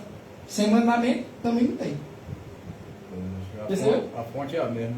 A raiva de Satanás é essa, porque toda coisa, eu falo de vida, aí vai para o mandamento. Eu falo de paz, vai para o mandamento. Eu falo de amor, vai para o mandamento. Quando vamos para o mandamento, nós somos conduzidos àqueles que nós não podemos guardar, agora temos que guardar. Eu fico assim impressionado por causa disso. há um tempo atrás estava estudando sobre a questão do amor, né? E, rapaz, Deus é amor e é uma palavra que se repete muito no Novo Testamento, né? A questão do amor, rapaz, amor, amor. Quando a gente pega a primeira carta de João, aí são 5 capítulos, né? Primeira carta de João. Observe essa carta de João, em especial a primeira. Repare o tanto de vezes que ele repete a palavra amor. Amor, amar, os derivados, né? E repare o tanto de vezes que ele repete a expressão mandamento também. Ele sempre associa amor a mandamento, o tempo todo. Aí eu digo, rapaz, por isso que o diabo tem raiva de mandamento. Porque toda coisa que, principalmente nessa carta de João, é mandamento, mandamento, mandamento. Não é que João está querendo fazer com que a gente confie nos nossos esforços para guardar os mandamentos. Ele está querendo chamar a atenção para o fato de que se nós desprezarmos os mandamentos de Deus, nós não amamos a Deus, nós não teremos vida e nós não teremos paz. Não teremos santidade, não teremos justiça. Não tem. E aí, quem é que não quer viver eternamente? E quem é que não quer ter paz? Quer, só que ele não quer o que vem junto. Essa aqui, ó. A justiça da lei que vai se cumprir em nós. Se andarmos segundo o Espírito. Aí, essa justiça da lei que se cumpriu em nós, porque andamos segundo o Espírito, vai trazer vida e trazer paz. Porque a inclinação do Espírito é para isso. Mas por isso que obedece. Mas tudo isso depende do amor, né? Tudo depende do amor, que vai para o mandamento também. Não tem jeito. Tentar dissociar isso, tentar separar a lei da vida, a lei da paz, a lei do amor, tentar separar a lei de Deus, não dá, isso vai conduzir à morte, que é a inclinação da carne. Isso aqui é a carne que quer, ó. A inclinação da carne, ela é oposta à inclinação do Espírito, certo? Ou vai a mesma coisa? A inclinação da carne é para cá, e a do Espírito é para cá também? Não é. É uma para um lado, outra para o outro. A inclinação da carne faz os homens quererem evitar a inclinação do Espírito. Diz que evitar, né? Popular. Às vezes as pessoas não querem guardar os mandamentos, mas quer fazer uma coisa achando que aquilo ali vale. Você ajudar as pessoas, por exemplo. Não, vou fazer isso assim e dar para fulano. Não, vou fazer, hoje eu vou fazer de comer de fulano. Ou eu vou fazer isso para fulano. Achando que aquilo ali está fazendo tudo, só fazendo aquilo ali. Mas deixa de guardar os mandamentos. Que está fazendo aquilo ali sem amor. Quer fazer só unicamente para se amostrar. Mas o amor está longe, que rejeita os mandamentos. Na hora que fala nos mandamentos, não quer saber. Eu acredito que aquilo ali não tem amor, não. Quer ganhar a salvação fazendo obra, sabe? Sem aquela fé e sem o amor. Só fazendo obra para o povo ver. Acho que quem quer vai salvar o povo. É só o povo ver que eu estou fazendo isso, que eu estou fazendo aquilo. E não é assim.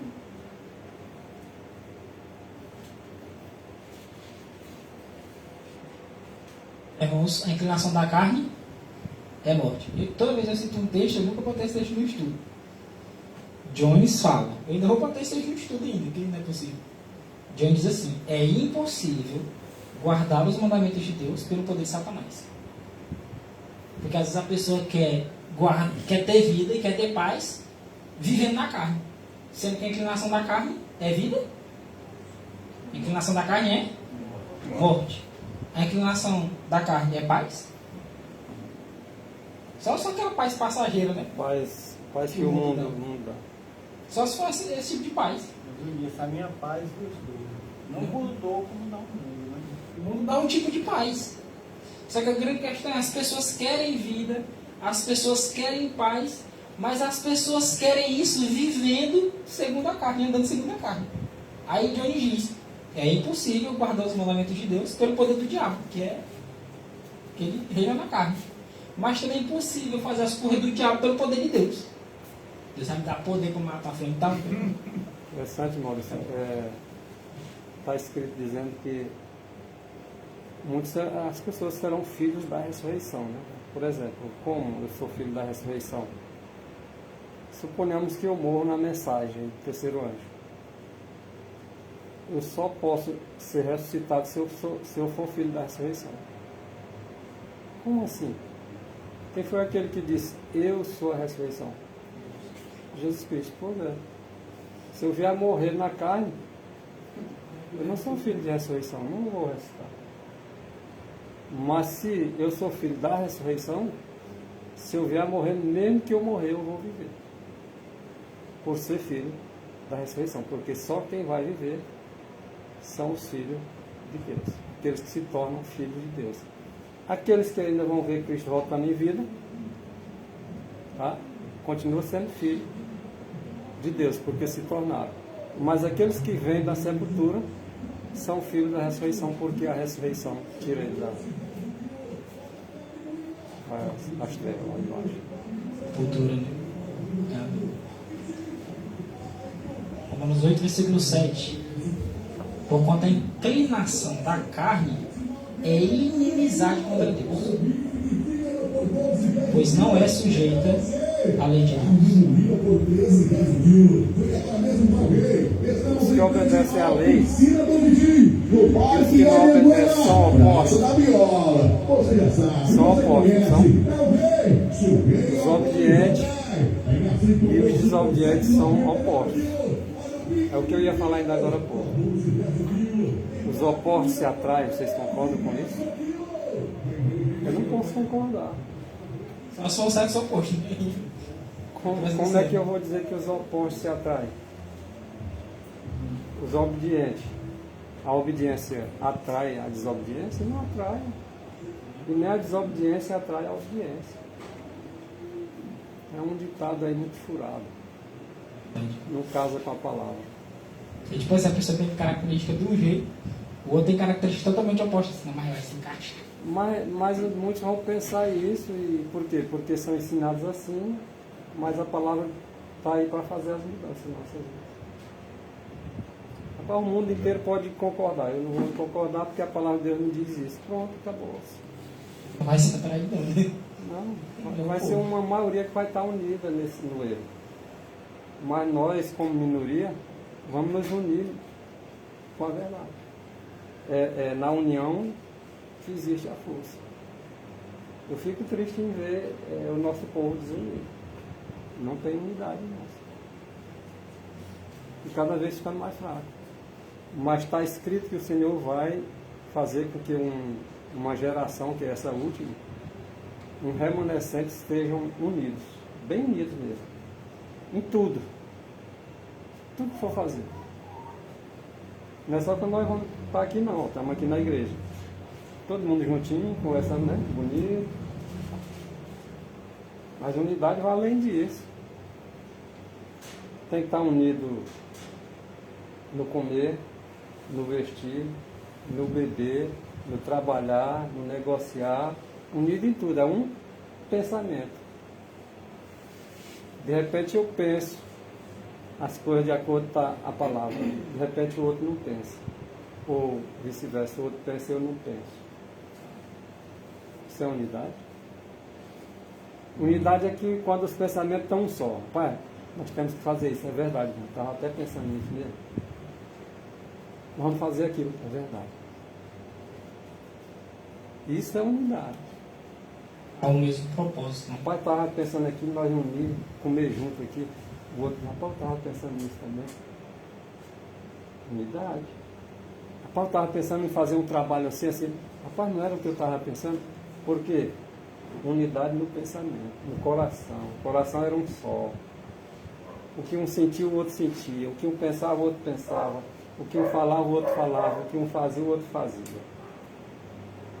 Vocês já olharam o tamanho que está a nossa vizinha? Eu estou falando no amplo geral. Sem unidade, nós não vamos chegar a lugar nenhum. Essa tendência aí de desunião é da carne. A do Espírito é guiada pelo mesmo Espírito. Por isso que terão um só pensamento, uma só palavra, uma mesma ação. O parecer que eles dão em qualquer lugar é um só. Isso é unidade. Aí há força. Aí há a paz. Aí a vida. Começando nesse ponto aí, sentir a vida e a paz que haverá na eternidade. Começa o céu aqui, ó. Quem quiser ser santo no céu, primeiro precisa ser santo na terra. E sem eu praticar a vontade de Deus, eu jamais serei bom. Ninguém é bom, mas se todos se unirem, todos poderão ser feitos bons em Cristo Jesus. Amém. Em Cristo é possível. Temos Romanos 8,7. Atente para esse texto aqui, em nome de Jesus. Vocês lembram lá do episódio lá de 1 Reis 18? Quando Acabe viu Elias? Ele disse, és tu o perturbador de Israel? Aí ele diz assim, eu não estou perturbado de Israel não. Tu tem perturbado de Israel por quê? Porque deixaste os mandamentos de Deus e seguiste os Baalins. Quem é o perturbador? É o que deixa os mandamentos de Deus. Paulo fala a mesma coisa, só que fala com linguagem diferente. Diz assim, a inclinação da carne, além de ser morte, a inclinação da carne é morte, mas a inclinação da carne também é inimizade contra Deus. Por que, vamos fazer uma pergunta aqui para o texto, por que a inclinação da carne é inimizade contra Deus? Porque não é sujeita à lei de Deus.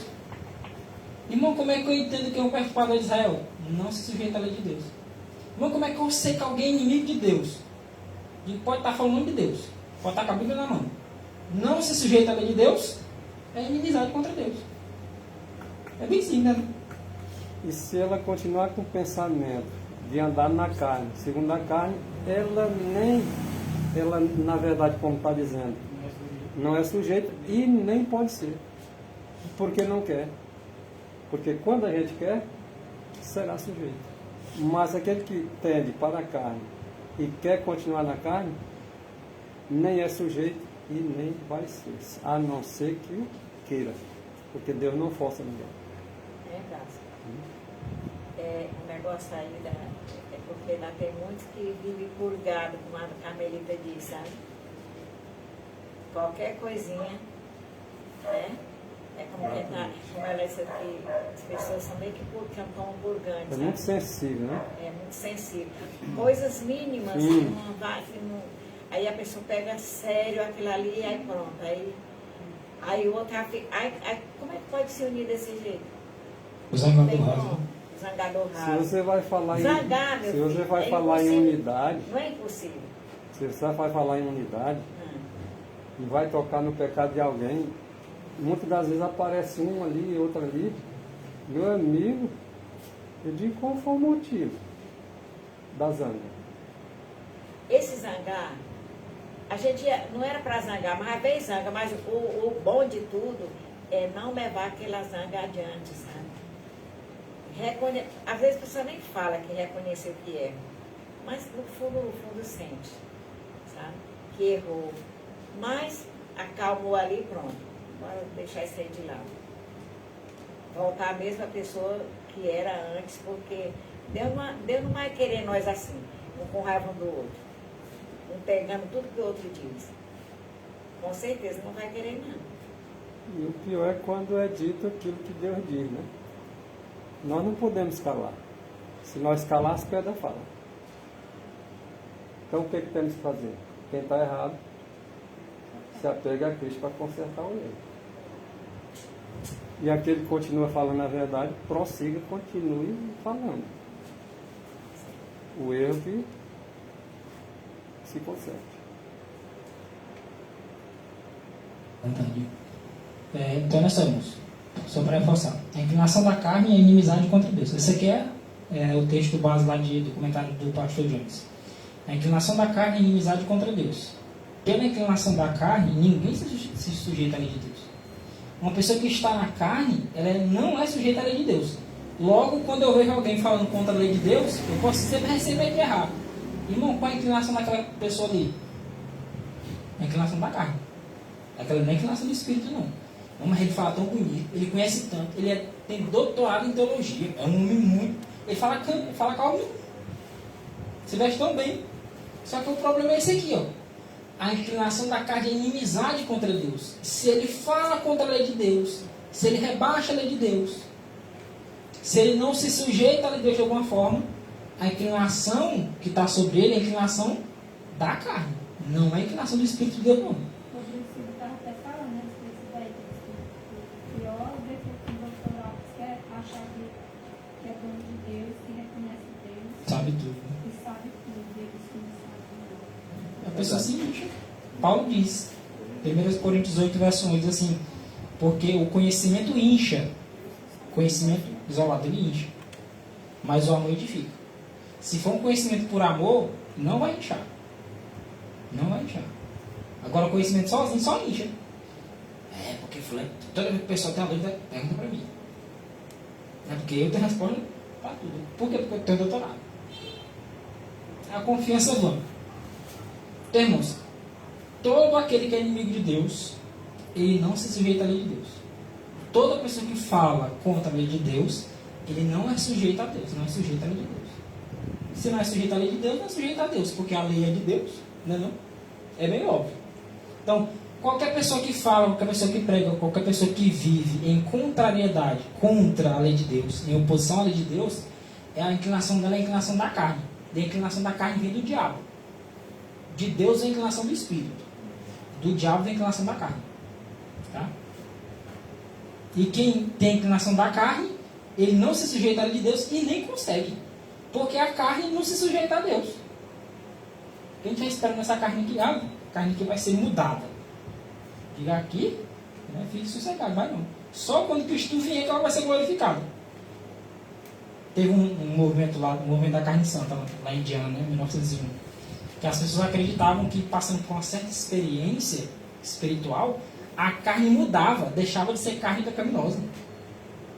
Aí o pastor Deus até fala, isso é impossível. Isso só vai acontecer na glorificação, quando aquilo que é mortal se revestirá de mortalidade e o que é corruptível se revestirá de corruptibilidade. Só aí.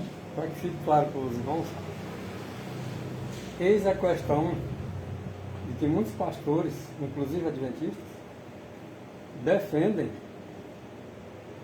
que o pecado vai continuar até que Cristo volte. Pelo fato da carne ainda não ter sido glorificada. Só que esquecem que Cristo, ele veio ele tinha a sua natureza não pecaminosa, uma natureza completamente divina, como Deus, não deixou de tê-la para receber uma natureza pecaminosa. Essas duas naturezas se uniram. Nós vamos alcançar a perfeição do homem perfeito conforme Adão foi feito lá no Éden. Assim como uma criança nasce da carne, através do contato homem-mulher, também nós vamos nascer do Espírito. Nascer de novo é isso.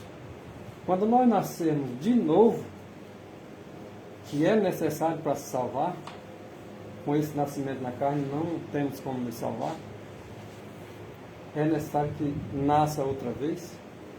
Quando nós nascermos agora do Espírito, abandonar a questão da carne e agora viver em Espírito, aí sim, é quando nós temos já nos tornado filhos de Deus. E nós vamos continuar, por exemplo, nessa natureza pecaminosa até que Cristo volte? Sim. Mas o nosso interior, o nosso espírito, tá, deve estar pronto quando Cristo voltar, ó, já bem antes. Né? No caso, o que é transformado é o corpo. O caráter já está mudado. Já está mudado. Tanto que lá em Romanos 12, verso 2: não vos conformeis com este mundo, mas transformai-vos pela renovação da vossa mente. Não fala de renovação do corpo. A gente não é transformado agora, não é pela renovação do corpo, é da mente. A do corpo, aí é na vida de Jesus. Mas o caráter, aí vai ser agora. Segundo a lei de Deus, tem que ser logo agora. 1 Coríntios 6,19: ou não sabeis que o vosso corpo é o templo do Espírito Santo, que habita em vós, proveniente de Deus, o Espírito Santo, e que não sois de vós mesmos. Nosso corpo, é templo do Espírito Santo. Aí Paulo, ele dá outra raciocínio aqui, para a gente completar. Vós, porém, não estáis na carne, mas no Espírito, se é que o Espírito de Deus habita em vós. Não há lógica no raciocínio que diz assim: eu estou no Espírito, sendo que as minhas obras, elas vão contra as obras de Deus, elas vão contra os frutos do Espírito. Tem pessoas que, porque estão na igreja, porque lê a Bíblia, porque é pregador, porque é pastor, é médico, doutor em alguma coisa, porque canta, porque fala, tem algum cargo, ele acha que ele tem o fruto do Espírito só por causa disso. Tem gente que confunde dom com fruto. Ai, mas porque o homem canta, ó, mas rapaz, alcança a nota lá em cima. Sim, e aí? Tem fruto? Não, eu digo, não. No mundo tem muita gente que canta bem também, né? Um monte aí. Lá que tem mesmo. Um monte de cantor, canta bem. Um monte de gente que fala bonito. Pega um texto da Bíblia e explica. Rapaz, é uma teologia danada. E fruto, meu? Cadê o fruto? Sim. Diga aí, cadê os frutos? Não tem. Vós, porém, não estáis na carne, mas no Espírito. Se é que o Espírito de Deus habita em vós. Se o Espírito de Deus habita em vós, vocês não estão na carne, mas no Espírito. Mas o que é que vai mostrar isso? Os frutos. Viu lá atrás, quando a gente leu sobre aquilo que sai do homem, os maus pensamentos? Os adultérios, as prostituições, os homicídios, os furtos, a libertinagem, a avareza, a soberba, o engano, a blasfêmia, a lascívia. Tudo isso é fruto da carne. Agora o fruto do Espírito é diferente. Diz que a bondade, longanimidade, paciência, domínio próprio, amor. É o fruto do Espírito. A gente às vezes está muito preocupado com o dom. Porque o dom, ele acaba destacando alguém. Uma pessoa que tem dom, ela acaba se destacando, querendo ou não. As pessoas olham para ela. Agora, fruto, aí todo mundo fica... Não, a fulana é calmo, é paciente, é manso, é humilde. Mas quem mais se destaca é o cabo lá que prega. E de repente o que está lá aqui, de repente tem os dons, né, de pregar, de maior destaque, às vezes não é visto tanto. As pessoas geralmente oram pedindo dons. Dificilmente a pessoa ora pedindo fruto. Senhor, eu queria tanto saber cantar. Senhor, eu queria tanto saber pregar. Eu queria tanto ser paciente. Eu queria tanto ser manso, que eu não sou. Sou bravo, acaba tristinho, eu estou desarrancando qualquer coisa. Eu não sou humilde, eu me acho melhor que todo mundo mesmo. Não, ninguém ora pedindo fruto, no geral. Ora pedindo dom. Mas aqueles que não estão na carne, eles terão o Espírito. E o Espírito traz frutos. Não tem um que tem o Espírito de Cristo que não tem os frutos do Espírito. Não tem esse. Se não tem, é mentira. A árvore que não dá fruto é um fogo. Se alguém não tem o Espírito de Cristo, esse tal não é dele. E se alguém não tem o fruto do Espírito, é porque não tem o Espírito, esse tal não é de Cristo. É consequência lógica. Não é para a gente se preocupar com fruto? Saber que unidade é fruto? O Espírito você diz que o fruto são as palavras e as ações. Então, se há qualquer ação e a gente vê as palavras que saem da boca, em conformidade com as ações no padrão bíblico, são frutos. Se for o contrário, é fruto também. Só que uns é da carne, outros do Espírito. Dá para nós sabermos. O Senhor Jesus diz assim: pelos frutos conhecereis cada um dentre vós.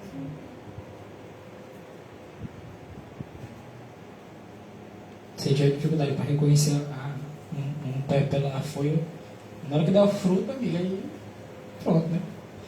É como Jesus viu aquela árvore frondosa, né? A figueira, né? Frondosa, sério. Cadê fruto isso? Tá cheio. Não tem fruto não. Não dá fruto mais não. Tem árvore que não dá fruto, né? Mas no seguinte, frutos bons, né? A lição da figueira nos transmite isso. A árvore que não tem fruto, corta e lança fora. Ali é para nós ter uma noção do que deve ser um cristão. Não deve ser só folha, só boniteza, não. Tem que ter fruto mesmo. E a outra classe de pessoas que representa outros tipos de frutos. Um pé de caju pode dar um caju bom, mas outro pé de caju pode dar um caju ruim. O exemplo disso é lá, as videiras. O Senhor plantou uma semente boa. E deu uva brava. Isso é o fruto. O Senhor de repente escolhe Israel para representar as outras nações a Deus. E eles não fazem esse trabalho. Significa dizer o quê? As uvas foram boas? Não. Mas a semente não foi? Será que Deus não plantou uma semente boa? Mas depois veio a dar uma uva brava. Aquela questão da opressão. Deus queria que os líderes oprimissem o povo? Não. Queria que fizesse justiça, unindo ela com a misericórdia. E aí de repente só opressão. Juízo, opressão, enfim. Então os frutos, de qualquer forma, nós vamos dar ele. Ou os bons, ou os ruins. Para todos os efeitos, nós vamos ter frutos. Agora o Senhor Jesus Cristo diz: vocês conhecem pelos frutos. Um pé de planta, uma árvore. Se tu olhar de repente certas coisas, tu não vai conhecer. Vai conhecer pelo fruto. Eu conheci isso aqui, mas a planta mesmo não conhecia. De repente ela dá uma fruta. Para aquela fruta. Pois é, assim é a história.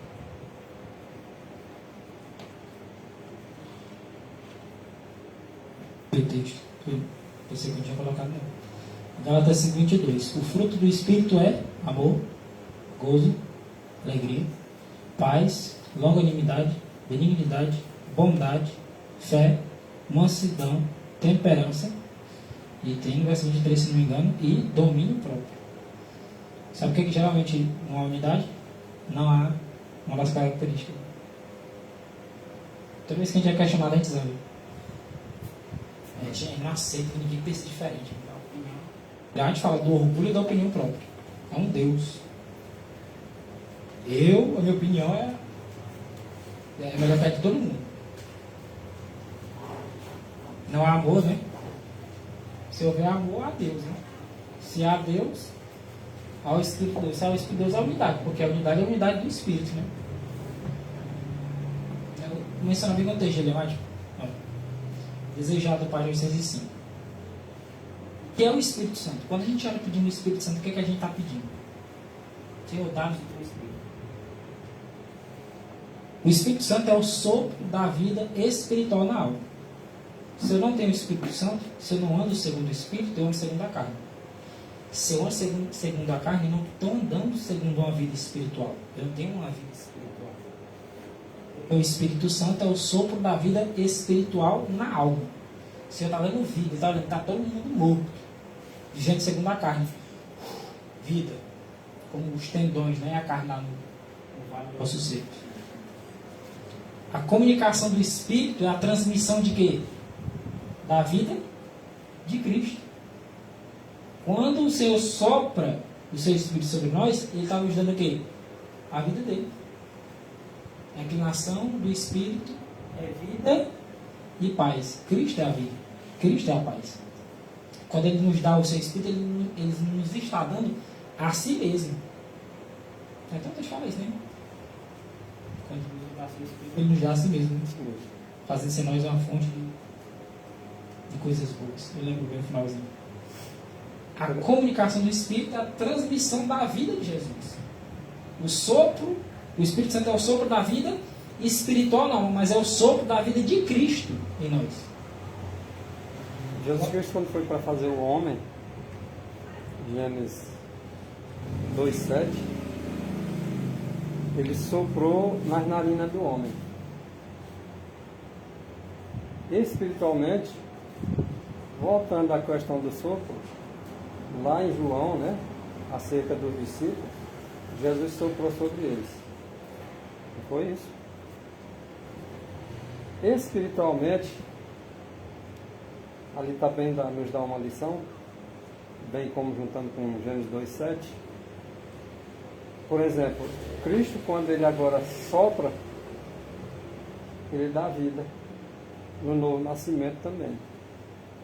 Não só lá, literalmente, em Adão, ou quando a criança nasce, mas espiritualmente também falando. Agora, esse sopro de vida, o homem ele vai e volta com o sopro dentro de si, né? Isso é vida. É a vida de Cristo no homem. Tá?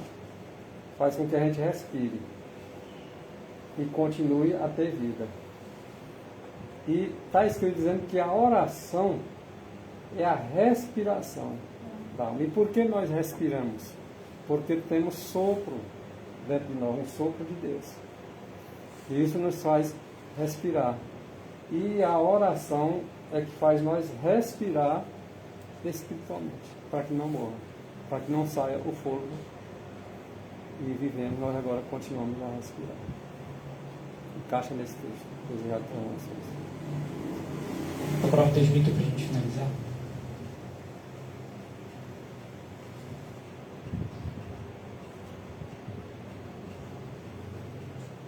Do texto, né?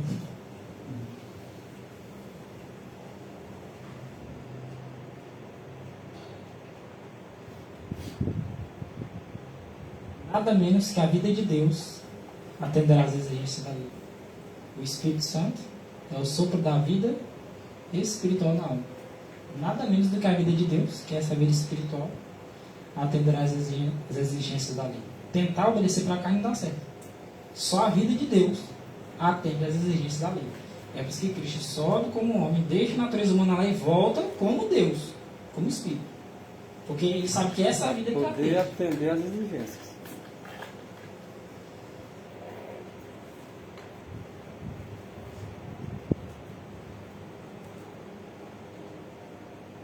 Não há injustiça em Deus por manter este alto padrão para nós. Obedecemos completamente a lei de Deus. Parece impossível, e é impossível para o homem só. Só que não é injustiça de Deus ele botar um padrão tão alto. Uma vez que ele dá a si mesmo, ao dar do seu Espírito, depois eu vou para esse texto, com toda a justiça da sua vida a todos que aceitarem. Então não é injusto.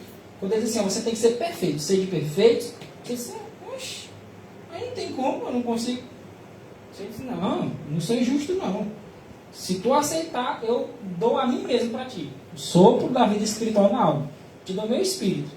Agora é impossível? Se eu tenho Deus, como é que é impossível? Pelo amor de Deus. Aí dizer que o hoje em dia está ficando meio doido. O homem disse, não é possível. Meu amigo, Deus está se dando a si mesmo. O que é aquele mais de poderoso que ele pode dar além dele? Ele está aqui, minha vida, pega minha vida. Diz que minha vida é para obedecer a lei de Deus. Isso seria dizer que Deus é pecador, né? Ele nos dá a si mesmo, com toda a justiça de sua vida, a todos que aceitarem. Pô, tem sim uns textos bonitos. Já acabou, né? Não, filho, peraí.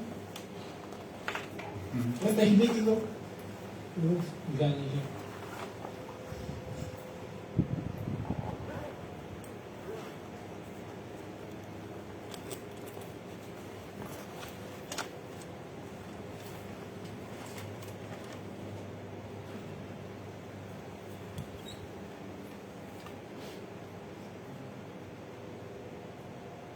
Não é simplesmente que Cristo obedeceu a lei há 2000 anos quando esteve na Terra. A grande questão do estudo sobre a natureza humana de Cristo é essa aqui. Não é simplesmente que Cristo obedeceu a lei há 2000 anos quando esteve na Terra, mas que ele obedece a lei agora. Quem é que obedece a lei agora? É ele. De novo. E geralmente a gente tem a tendência de achar que é nós que obedecemos, né? Não, quem obedece é ele de novo. Só que essa obediência é colocada na nossa conta. A justiça dele é imputada e é comunicada, mas é a justiça de quem? É dele. É atribuída, imputada a nós e comunicada a nós, mas ainda é a justiça de Jesus. E ele obedece a lei agora da mesma forma como obedeceu naquela época. Jesus Cristo é o mesmo ontem, hoje e para sempre, né? Assim, ao habitar em nosso coração pela fé, ele vive a mesma vida de obediência que viveu quando veio aqui na terra para morrer por nós. Isso aqui é o Espírito. Quando fala aqui Cristo, esse aqui é o Espírito Santo, é Cristo despojado da humanidade. Ele deixa a humanidade lá em cima para fazer intercessão com o sangue, para que possamos ter perdão dos nossos pecados. E ele vem como Espírito, ele vem na natureza divina, como Deus, como Espírito, para habitar em nós. E a mesma vida que ele viveu na Terra 2000 anos atrás, ele vive de novo em nós. Só que aqueles que aceitarem essa vida. É onde encaixa o texto de João 1,12. Mas a todos quantos o receberam, deu-lhes o poder de serem feitos filhos de Deus. Mas como serem feitos filhos de Deus? Porque receberam a vida de Deus. Como assim serem feitos filhos de Deus? Porque homens e mulheres que estavam tendo o caráter de Satanás, agora são transformados à imagem de Deus de novo. Tentavam obedecer a lei de Deus de todo jeito, chegaram à conclusão: é impossível. Aí o Senhor disse: não, não é não. Eu vou te dar agora um recurso que com ele é impossível tu pecar. Porque está tudo à tua disposição. Qual é o recurso? Eu mesmo. O próprio Deus se dá. Ele poderia dar muitas coisas para o homem, mas ele dá o maior dom que ele poderia dar, que é o Espírito Santo. A própria vida dele. Então, se nós recebermos a Cristo, se nós aceitarmos a Cristo, nós não temos que temer nos perdermos. Se nós aceitarmos a Cristo, a morte não vai botar medo em nós, não. Perder não vai botar medo na gente, não. Se nós aceitarmos a Cristo, nós teremos confiança no Senhor e saberemos que a lei pode sim ser obedecida em nós. Saberemos que o padrão que Deus estabeleceu é alto, mas que o poder que Ele deu é alto também. Se a exigência da lei parece impossível para nós, é porque nós estamos olhando não para Cristo. E é o grande problema. Nós estamos olhando para nós. O padrão é alto, o padrão é alto. Porque Deus é grande, né? Então o padrão é alto. Só que o recurso também é grande. Então quando você parar para olhar assim e dizer: Senhor, mas eu não consigo. Sim, sem Ele a gente não consegue. Então, como diz o pastor Prescott, há uma diferença na compreensão do Evangelho. Alguns acham que tem de obedecer à lei de Deus, e não que tem de se entregar a Deus para que Deus obedeça essa lei em nós. E a diferença entre essas compreensões, o pastor Prescott diz que é a diferença entre sucesso e fracasso. Então, quando você olhar para você, você pode dizer: eu não tenho condição de obedecer, não, eu fracassei. Agora, quando você olhar para Jesus, fracassei? Não. Posso todas as coisas naquele que me fortalece. Amém? Amém. Glórias ao Senhor. Vamos orar?